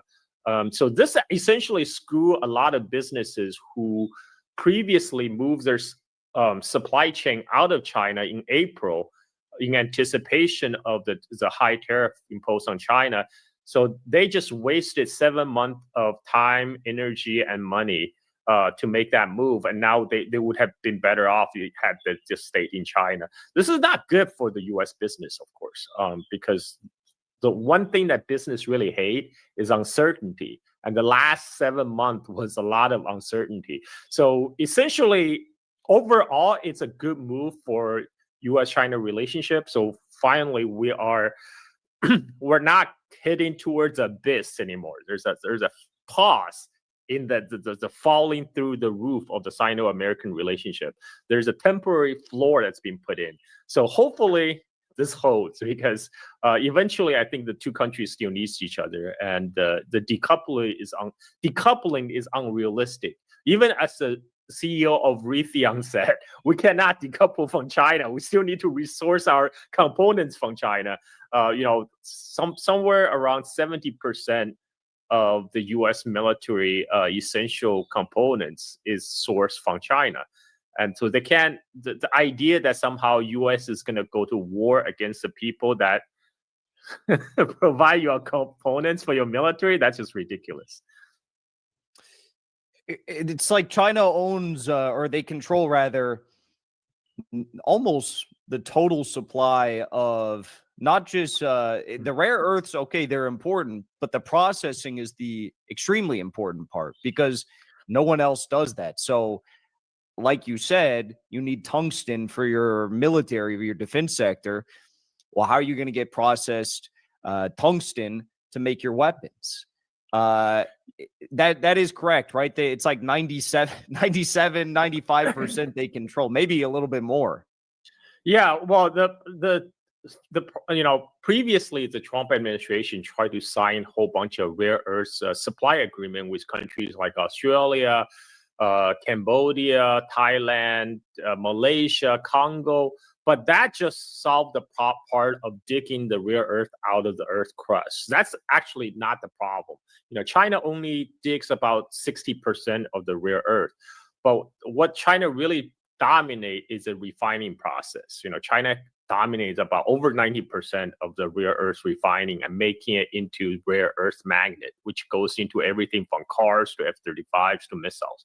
And what was happening is even in the largest rare earth mine in United States, the Mountain Pass mine in California, when they were digging out the rare earth at Mountain Pass mine, they were still shipping it to China for processing because there's no refining capability in the United States. So even all these rare earth supply agreement that U.S. signed does not solve the bottleneck of refining. So what happened was back in the 1970s, there was a time when United States was actually dominant in the rare earth industry. But the Wall Street geniuses, they did their calculation. They like, okay, rare earth is very polluting and it's very thin margin business. We don't actually make a lot of money out of it. So let other country have it. Let's offsource to Asia. And at that time, China just opened up. It was desperately poor. So it was willing to take on the literal dirty job of digging and refining rare earth. But what happened is that 40 years have passed. Now, all the new latest technology of refining rare earth was developed in China. All that intellectual property was developed in China. And Chinese top universities like Tsinghua or Fudan, they graduate tens of thousands of PhDs specialized in rare earth chemistry and how to do research and development. Whereas U.S. university have none of that program because that whole industry does not exist in U.S. anymore. All the people that you once know how to do stuff back in 1970s, now they have all retired. And they fail to train new generation of human capital to replace them. So now even if the Trump administration want to bring the rare earth supply chain back to the United States, it's going to be a decade-long project. First they have to start from ground up. They first need to ship. First of all the machine tools are now Chinese. So they need to import the machine tools from China. They need to educate people, young people, start from scratch. And of course, it takes another 4 or 5 years to actually open a rare earth mine. And then another 4 or 5 years to open up a factory. And, another 10 years to train a person to do all these jobs. So we're looking at least a 10, 15-year long project. But this is an area where U.S. government doesn't do very well, which is industrial policy. China has a government that's designed to do industrial policy. They have like 5-year plans, which they publish every 5 years. And you can trust that the Chinese government will accomplish most of what they set out to do. But United States, U.S. government is set up to do different things, which is mainly to funnel money from everybody else up to the military industrial complex. And that the U.S. government does very well. It's a feature, not a bug, but it's not designed to do industrial policy the way China does, because that requires long-term vision. Whereas in U.S., everybody just worry about the next election cycle or the next quarter earning reports, or the stock market price. 10 years is too long for anybody to worry about. So this is why we're United States in the situation it is in right now. They knew about China's dominance of rare earth industry more than 10 years ago. Back in 2014, 2012, U.S. Congress was already complaining that China has dominated the rare earth supply chain. Well, guess what? Nothing was done, and so now China is finally flexing its muscle in the trade deal.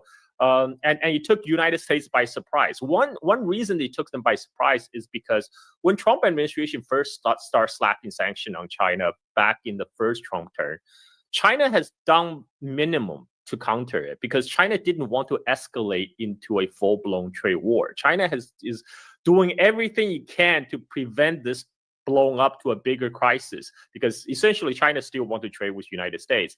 But what happened was U.S. government took that as a sign of weakness. So like, look, China didn't respond. We can just keep on slapping sanctions against them. They won't do anything against us because they have no cards. Well, it turns out not only China hold all the cards, they make all the cards in China.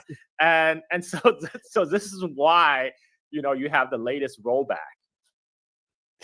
Explain to me, if you will, the importance of not just the actions that were taken onto China with regard to semiconductors and why that was upsetting, but also there was some sort of a fee that was imposed, a fine that was imposed on any Chinese-made naval vessels that were porting at U.S. docks. And the U.S. just said, well, if your ship is built in China, then we're going to charge you a hell of a lot extra if you come and dock in the United States. It's insane. And it seems like just a blatant and egregious attack on Chinese shipbuilding, which is growing immensely and very powerful. Even, the military, the civilian, the corporate sector for their ships. But these were kind of two of the main things that really pissed off the Chinese, right? Yes. So I'll talk about the semiconductor later, but I'll talk about the shipbuilding first. That's one of you're right. This both the expansion of the semiconductor blacklist and the slap of port fees on Chinese-built ships. That's what triggers the latest round of escalation in the trade war. Now, the reason why they did that ostensibly is because they saw that China is dominating the shipbuilding. Now more than 50%, China built more than 50% of the new ships that's coming online. And this really panicked the Pentagon because they realized China has more than 200 times the shipbuilding capability than United States. How they're going to win against China in a naval context over Pacific if China has 200 times the shipbuilding capability, right? And again, this is one of the problems that was self-inflicted because back in the days, the U.S. Congress provided put a lot of protective measures around the U.S. shipbuilding industry. Now, let's remember, U.S. used to be the most dominant shipbuilder in the world. That led all the way up to the World War II when U.S. just outbuilt everybody. That's how U.S. won because it's industrial capacity. But over the years, United States, they did a couple of things. One, Wall Street guys, they did their calculations like, okay, let's just offshore some of these production to Korea and Japan. And on the other hand, they are putting some protective measures for some specific shipyard that was building for the U.S. Navy. So these guys are protected from any competition. So this is kind of a double whammy. On one hand, a lot of the civilian shipbuilding was being outsourced to Korea and Japan, and on the other hand, those protected shipyards in the United States, because they have guaranteed government contract to build for Pentagon, there was less incentive for innovation to invest into the latest technologies. So this is how the U.S. shipbuilding industry got left behind year after year. And China was actually a relatively late comer into shipbuilding. They only started to surpassing Korea maybe like 10 years ago. But now one of China's shipyard, the Jiangnan shipyard outside of Shanghai, has more capacity than all of the U.S. shipyard combined. I mean, that's you think about that for a moment. And your ships so don't fall apart in the middle of the ocean. It's incredible. And so that's why this so instead of okay, let's compete on who can build the best ships, let's develop our own shipbuilding industry. They thought, okay, let's try to cripple the Chinese shipbuilding industry. This is like the Tanya Hardin tactic of competition. Let's kneecap our competitors, right? And so that was what was behind that raising of the port fees to like several millions of dollars on ship with origins in China or ship that was built in China, which is a lot of ships because China was building 55% of the world's shipping fleet. That affected a lot of business, a lot of shipping companies, and they had to rearrange their route to avoid United States, to avoid paying millions of dollars per ship. But that's one of the things that rolled back. Now, semiconductor is another area. Another thing about ships I should add is because U.S. have offsourced so much its shipbuilding capacity, and because the protected shipping industry in U.S. was falling behind in innovation, it started to affect the U.S. military-industrial complex because they realized they don't have what it takes to do a naval build-out, to compete with China in the Western Pacific. So they're trying to go around a U.S. legislation which prevented U.S. warship from being built overseas. So now that what they're doing is they're trying to get the Korean shipyard and the Japanese shipyard to help retrofit the U.S. Navy ships. Right, even the U.S. military-industrial complex is giving up on America's shipbuilding. Right, they are now outsourcing that to Korea and Japan. And another thing they try to do is invite South Korea, the Korean shipbuilders, to build factories, to build shipyards in United States. But again, this is a whole area I could talk forever, but let's talk about semiconductors. Semiconductors is another area where U.S. decided to take the Tanya Hardin approach of competition because they realize China is moving very fast up the value chain into semiconductors. They noticed first with Huawei, when Huawei dominated the patents for 5G, and they thought, okay, we have to cripple Huawei. How do we do that?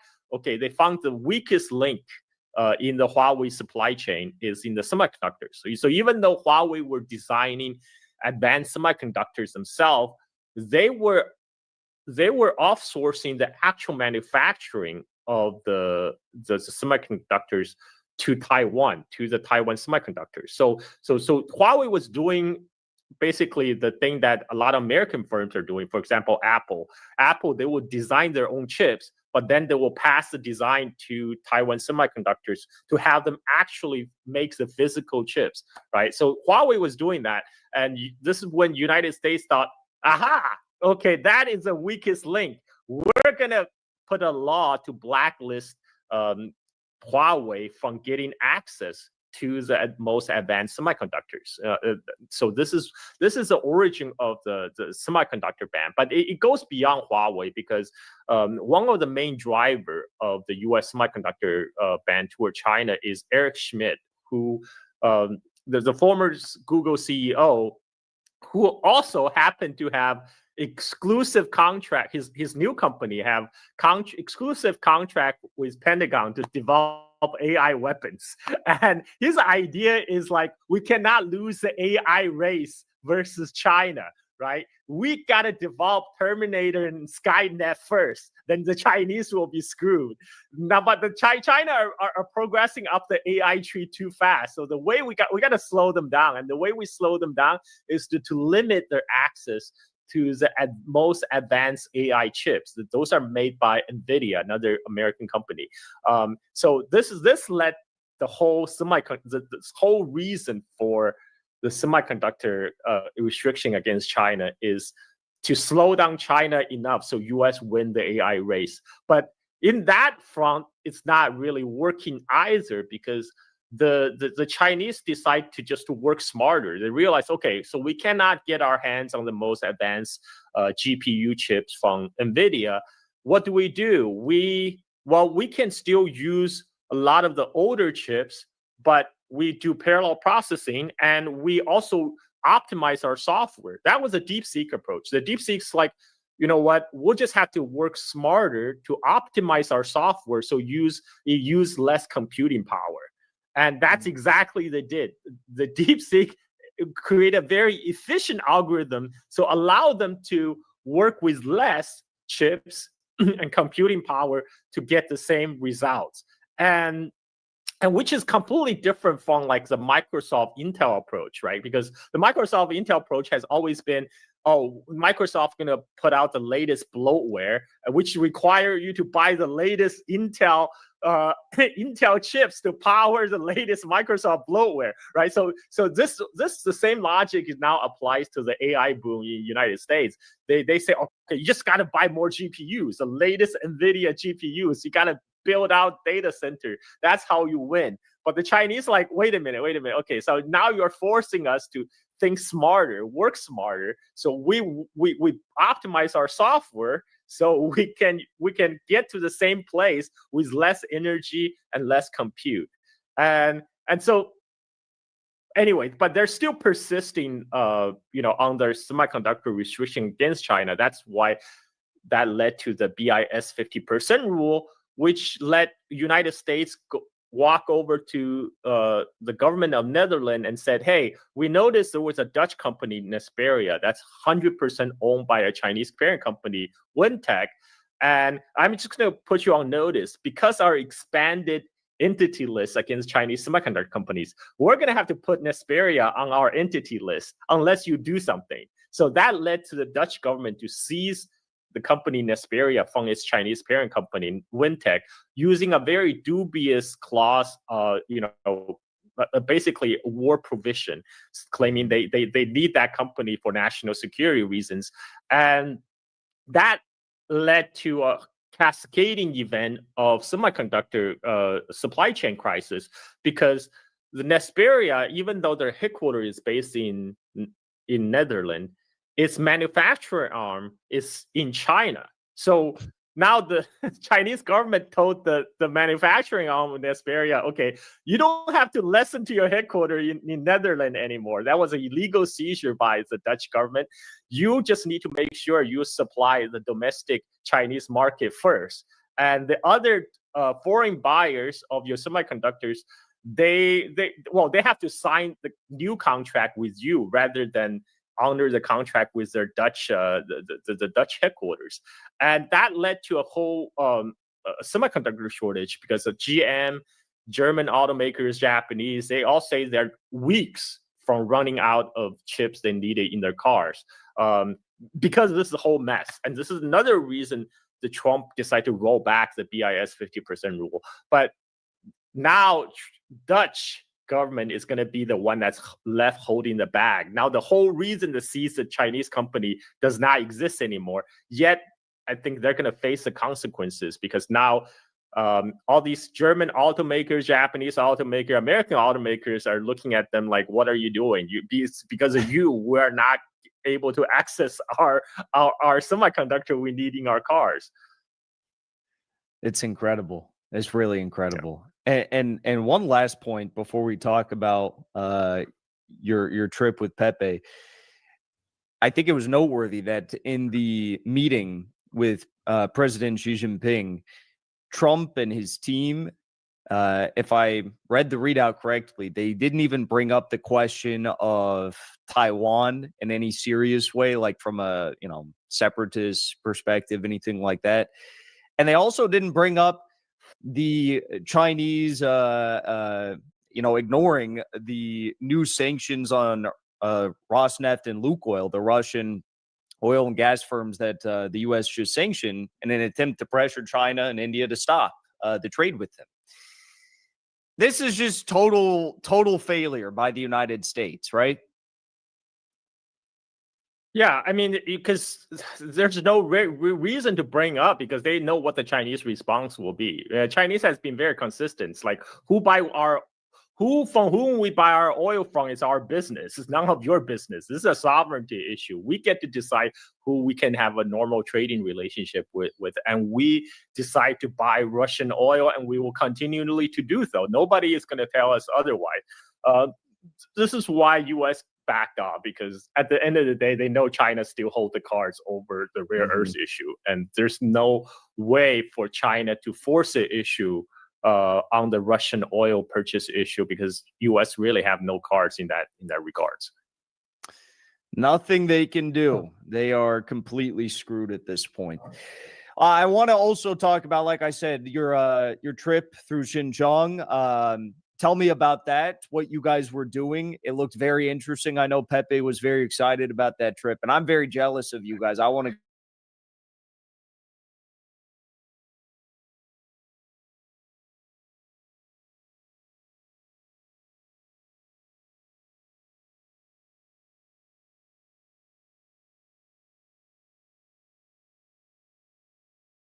stronger, that doesn't even need the Western dependency, doesn't need Chinese dependency, but instead Nigeria's position with the population it has to be one of the strongest countries in the world. Just again, the education level in Nigeria and the intelligence level of the Nigerians is just like really, extraordinary. So what do you make of these, the I guess the trade with the US, the trade with China, and the inability for Nigeria to just rise up and build on its own without any of these other powers? So I guess the answer to the first question, which is this specter of the so-called Chinese debt trap, which is a thing we've heard about a lot over the years. I personally am of the position that that thing called a debt trap is a Western phenomenon. And it's a thing that the Western establishment does when it sees, I guess, a competitor, then it starts to project.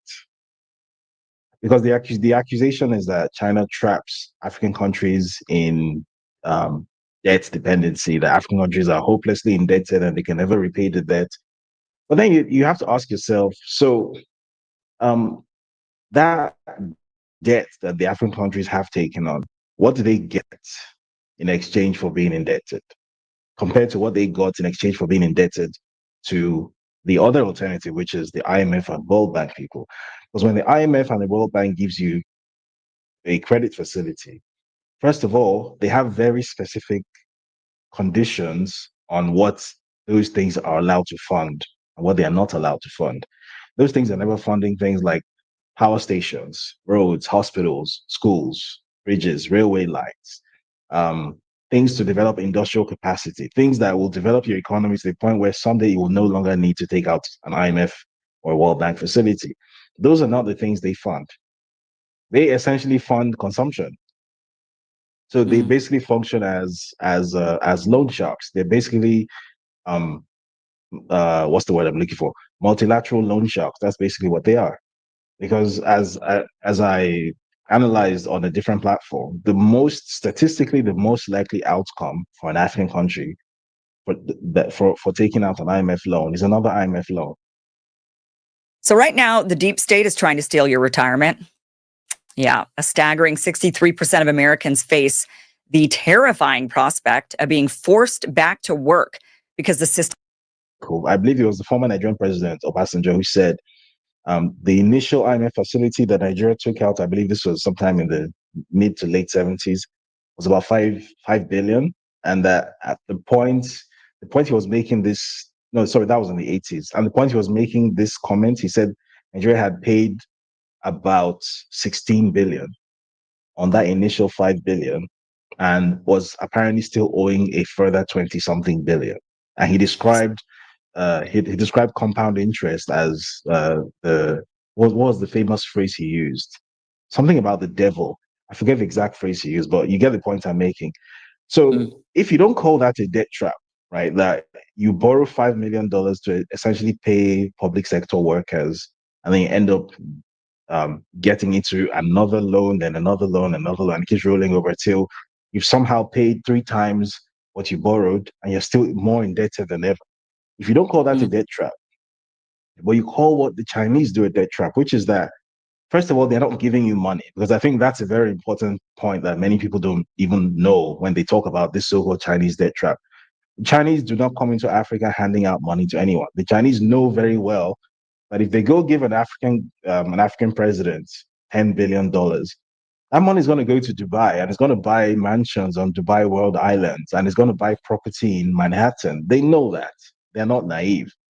What the Chinese do is that what they call a loan is actually essentially credit that is given to Chinese state-owned corporations to build infrastructure in your country. That's what the Chinese loan is. Nobody's giving you cash. So in Nigeria, for example, most of the new railway lines which exist, they were built using this sort of financing mechanism. So it's either the CCECC, that's the China Civil Engineering and Construction Company, or the CRCC, China Railway Construction Company, or the other ones like that. They come in, they build construction yards, and using the financing from their own governments, which is usually routed through the China Exim Bank, they then build this infrastructure in your country. Now, yes, at the end of the day, you are owing money on this infrastructure. It was a loan, but you do have this infrastructure. You have the assets that, in theory at least, can pay off this loan. And even if it's not paying off the loan, it exists, it's there, it's making the lives of the people better, right? The job of a government is to make the lives of its people better. The job of a government is not, again, I think this is a very important point to make. The job of a government is not to turn a profit. And the job of a government is not to enrich shareholders. The job of a government is to deliver services to its people. That's why a government exists, especially in an African context where these are weak countries, post-colonial states, which have historically done very, very little and have very little state capacity, and people basically just fend for themselves in any, as best they can. The job of a government in that environment is to give people at least a certain minimum baseline of services, right? And that is what this infrastructure enables the government to do. So if people up to this point have been impoverished because they haven't been able to transport goods quickly and cheaply, now there's a railway line that cuts the transport time in 3 or something. Like, so in Kenya, for example, where for the longest time, if you wanted to move goods from the port of Mombasa to the capital in Nairobi, that was sometimes a 2-day journey, depending on the state of the road. And then the Chinese came in and constructed the Nairobi Mombasa Standard Gauge Railway. And now it's a 4-hour trip. That has had knock-on effects, serious knock-on effects across the Kenyan economy, because now goods can flow at a much faster and much cheaper rate, which creates more heat within an economy. When goods and services move around in an economy at an increased velocity, everybody gets wealthier. That's basic economic theory. Right. And that's what this infrastructure does. So why would you call it a debt trap then? It's essentially infrastructure that is making people's lives better and it's putting money in people's pockets. So yes, it might leave a dent on public finances, but hey, it's not leaving a dent as bad as the dent that the IMF loan is leaving on public finances. And more importantly, when the Chinese come calling for their debts, right, when it's time to pay their debt, they're not telling you, right, here's a structural adjustment program, right, so that bondholders will buy their third yachts this year. So devalue your currency by a factor of 10, because over the past 2 years, that's what's happened in Nigeria. As at 2023, it was about the naira to the dollar exchange rate was about 700 naira to $1. Now it's about 1,500 naira to $1. The exchange rate has halved in 2 years. So if you were making the equivalent of $1,000 a month in Nigeria 2 years ago, you are effectively making $500 a month now, even if you're making the exact same amount of money that you were making. You've become poorer. And that's a direct, that was an IMF instruction, right? The instruction was devalue your currency, increase taxes on essentially consumption at the poorest level. So VAT, for example, which we all know is a tax on consumption. The VAT rate in Nigeria has gone from 5% to 7.5%. By next year, it's going to go up to 10%, and the target set by the IMF is 15%. right? That's basically a tax on the poorest people in the society. And that's the result of the debt that apparently is not a debt trap. But the Chinese who have built new railway lines and new roads and bridges and schools and technical institutes and power stations, those are the ones who are debt trapping you. Someone is not being honest here. Which brings us to the second part of the question that you asked, which was knowing all of this and having Nigeria having the human capacity that it does, why has it just failed to launch so spectacularly? And I guess there are several reasons, but for me, the primary reason is that no matter how individually astute or brilliant or capable the Nigerians are as individuals, as a collective, there's never been what you would call, for example, an independence struggle, like a broad-based independence struggle. That never really happened in Nigeria. So unlike countries like maybe Kenya or Zimbabwe, where they had like actual wars of independence, Nigeria's independence was a negotiated independence. It was a motion that was passed in Nigeria's colonial parliament, and the British handed over a sort of pseudo independence, and that's what we've been working with ever since. So for me, the main consequence of that is that Nigerians basically don't really understand why Nigeria exists or the place that Nigeria occupies or should occupy in the world. There is this unfortunate idea in the Nigerian public imagination that Nigeria is like a cow that you just go and basically hack off your own little piece. That's all there is to it. There's very little sense of this being a thing of shared destiny, that first of all, we need this place to work. And we need it to work for as many of us as possible because we don't really have any other place in the world. There's very little understanding of that. There's just this idea that it's almost like a market. You're going there to make what you can and grab what you can, and then you're going to retire somewhere. So it's a very common mindset, for example, that people think that, right, I want to move my family to live in Canada or in Australia, in the US or Europe or somewhere, but I want to make money in Nigeria because it's the Wild West, right? It's the place where you can make a large, fantastic sum of money in a short space of time, depending on how many rules that you're prepared to bend, and nothing will happen because there are no consequences. So there's very little sense of, I guess, shared destiny, even though there is a shared destiny, but there's very little sense of it. And then perhaps even more importantly, geopolitically, Nigerians don't understand that Nigeria is part of the world. Nigerians have an idea that Nigeria is an island. So maybe because the country is so big and it's so diverse, so there is very little sense of the world outside and the fact that the things that happen outside have an effect on Nigeria. So, for example, the fact that the Nigerian state functions as a US client state is news to most people in Nigeria. They have no idea. Most people in Nigeria have no idea that the US government exerts control over Nigeria. Most people in Nigeria think that everything that is wrong in Nigeria is wrong because a politician decided to steal the money or something. There's very little awareness of the fact that this is a country which is part of a wider global story, that the same forces that are active in Gaza or in Yemen or wherever, they're also active in Nigeria. There's very little sense of that. So as far as most Nigerians are concerned, you just do your best. So go to school, build a good career, become the best you individually can be, given your circumstances, but don't think about the wider context that you exist in.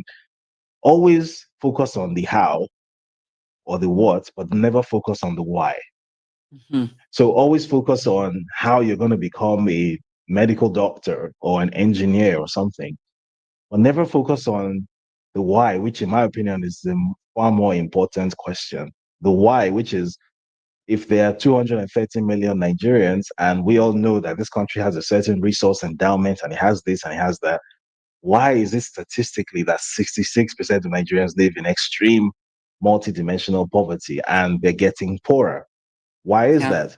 Or if we had $500 billion of GDP a decade ago and we're supposed to be a developing country. How does a developing country lose 60% of its economy in 10 years when there wasn't a war or something, when there wasn't a huge black swan event? What the hell happened? That's a why question. Nigerians are not conditioned to ask the why. It's just the what and the how. And it's a very individual and narrow what and how. So the Nigerians that you've met, that's what explains them. Individually, fantastic. Individually, always high achievers. But once it comes to asking the more fundamental whys, that's it. So it's almost like every man out for himself, right? There's no national pride.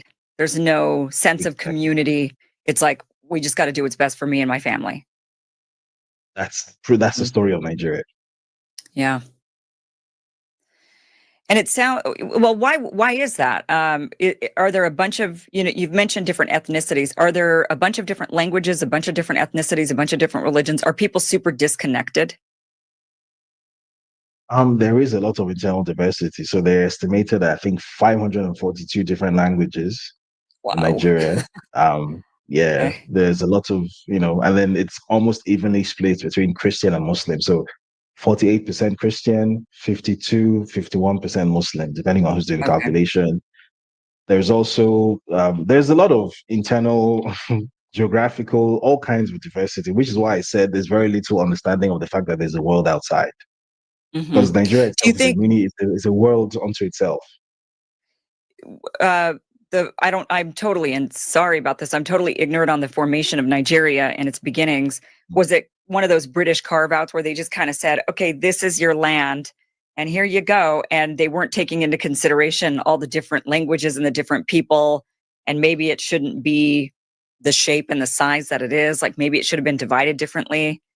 Like Pakistan and India, we see that pretty much every single conflict that exists in the Middle East and throughout, all the way to India, it's because the British decided to do a carve out and they weren't taking any of these things into consideration. I mean, we have that with Israel, Palestine. We have that with India and Pakistan. It's like over and over again, we have these examples of these carve outs. Is that what happened also to Nigeria?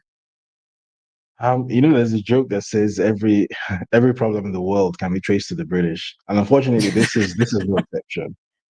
Because that's exactly how Nigeria was formed. Historically, there was no such place as Nigeria. Even the word Nigeria is kind of a made up word. So Nigeria is named after the Niger River. So it's Niger area, and that was put together into Nigeria, right? So it's kind of like it started off as a very artificial country, and in fact, I believe it wasn't until 1914 that the northern half and the southern half were amalgamated into one country, which was still under colonial rule. So because both halves had very, very different, they were ruled differently under colonialism. So the northern half had a form of indirect rule where the religious leaders, the Islamic emirs, were left in charge. And in return for leaving them in charge and preventing the spread of Christianity in the north, the British extracted maximum tribute from them. Then in the south, there was a different form of indirect rule, which was, a bit messier. And then the British, as they do, just smushed everything into one. And then in 1960, good luck, figure it out. Yeah. Only, of course, they never really left. And even after they supposedly left, they were still there playing their usual dirty tricks, which is why less than 6 years after the supposed independence, or 7 years, civil war. And the British were, neck and hands deep in that civil war, as they always are. So, yes, Nigeria did have those inauspicious beginnings. However, having said that, there are several countries that have had similarly inauspicious beginnings. Nigeria is by no means the only one. You mentioned the examples of India and Pakistan. India and Pakistan, even as they currently exist, even after the splits, they're still beset with all sorts of internal contradictions. They're by no means cohesive, happy families. They're not. But even with those contradictions that they struggle with on a daily basis, India is a nuclear power. So is Pakistan. Right? There are certain problems of theirs that they've managed to solve. Right? They're not quite on that sort of level one that Nigeria still is at. So I don't accept the idea that the only way for you to have a successful country is for it to be some sort of ethnically cohesive microstate. I don't believe that at all. I don't believe so. The US, for example, I mean, it's probably not a good example to use, but the US is by no means an ethno state. It's not. Right. There's every type of ethnicity in the world represented in the US, right? And yes, it's an empire, and yes, there are all sorts of moving parts in there, but they found a way to make it work. So I don't believe that there's something special about the people who make up what is Nigeria that makes it such that it's just impossible for Nigeria to work. I don't believe that at all. And I believe that well, it's not just a belief, it's something that I can also prove to a certain extent. The narrative that has been pushed in people's minds over the decades that Nigeria is just this fundamentally unworkable, useless entity that you just have to get rid of it. The only time your life is going to be better is when Nigeria is ended, which is why a lot of people currently are happily cheerleading this saber rattling by Donald Trump because they think that he's going to come in and end Nigeria and all their problems in life are going to be over. And I am convinced that there has been a multi-decade information campaign pushing this idea into the heads of people that somehow, instead of doing what everybody else does, which is work to make your country and your society a better place, what you're supposed to do is give up on it. What you're supposed to do is run away, to emigrate, right? Earlier this year, I actually proved this to an extent. So there's a very popular Gen Z focused website in Nigeria. It's called Zikoko, right? It's like a youth and pop culture kind of thing. And I noticed because I'm 35, so I'm not the demographic, but occasionally stuff like that, crosses my timeline. And I sort of take a vague interest. And I noticed one day, there's a very popular Nigerian message board. It's called Naira Land. I noticed that on the front page of Naira Land, there was a story talking about the experience of a Nigerian emigre. And I know that to get onto the front page of Naira Land, you probably have to pay to promote the post. So I was wondering, who is paying to promote the story of someone who emigrated from Nigeria? What an odd thing to promote. And I just sort of went down that rabbit hole and I realized, okay, this is a Zikoko story. And then I realized there's not just one story, there's a whole series called A Thousand Ways to Japa. Japa is a Nigerian slang for emigrate. A Thousand Ways to Emigrate. And this is a weekly series which has been running for more than a year. And it's telling the stories of Nigerians who have left Nigeria and moved to Western Europe, to Canada, to the US, to Australia, and all their dreams had come true, basically. Like, basically, everything in Nigeria was terrible for them. And then they got a visa and they moved and life became sweet. And I was thinking to myself, why? So someone is creating this, is invested in creating this content and is investing in promoting it. Why? And I wanted to know. So I went further down the rabbit hole and I realized that section of the Zikoko website, which is called Zikoko Citizen, is funded by an NGO, which is called Luminate. And I looked into the funding of Luminate, and Luminate is funded by the Omidyar Network, right, which is basically a CIA affiliate. So basically, you have U.S. secret intelligence money, for lack of a neater term, right? A U.S. secret intelligence slush fund funding, pop culture content that is being pushed into the heads of the youngest Nigerians, telling them that their real life begins when they get out of this hellhole and they move and go to the UK, it's go the to brain Germany, drain. go to the US. Yeah, Exactly. the brain So drain. there's a multi-pronged information campaign that is being waged. And that is the smallest example. There's so many examples of this thing being done because again, Nigeria is a country which has absolutely no safeguards on its information space. It's just wide open. Anyone can come in and put any message into the heads of Nigerians. The US government has more reach in Nigeria than even the Nigerian government, right? So all of Nigeria's news media is either directly US owned or it's US funded. It's always some NGO or something, and the money always leads back to Washington, 10 times out of 10. So there's been this huge power grab within, I guess, the Nigerian mental real estate space, to the point where even people don't even necessarily even understand the reality that they're Africans or they're Nigerians anymore. They're literally, and this is not an exaggeration, the Nigerian kids growing up who don't speak in a Nigerian accent, and they're growing up in Nigeria, but their schools are raising them to speak in a British accent or in some broad American accent, because apparently sounding like this, something is wrong with sounding like this.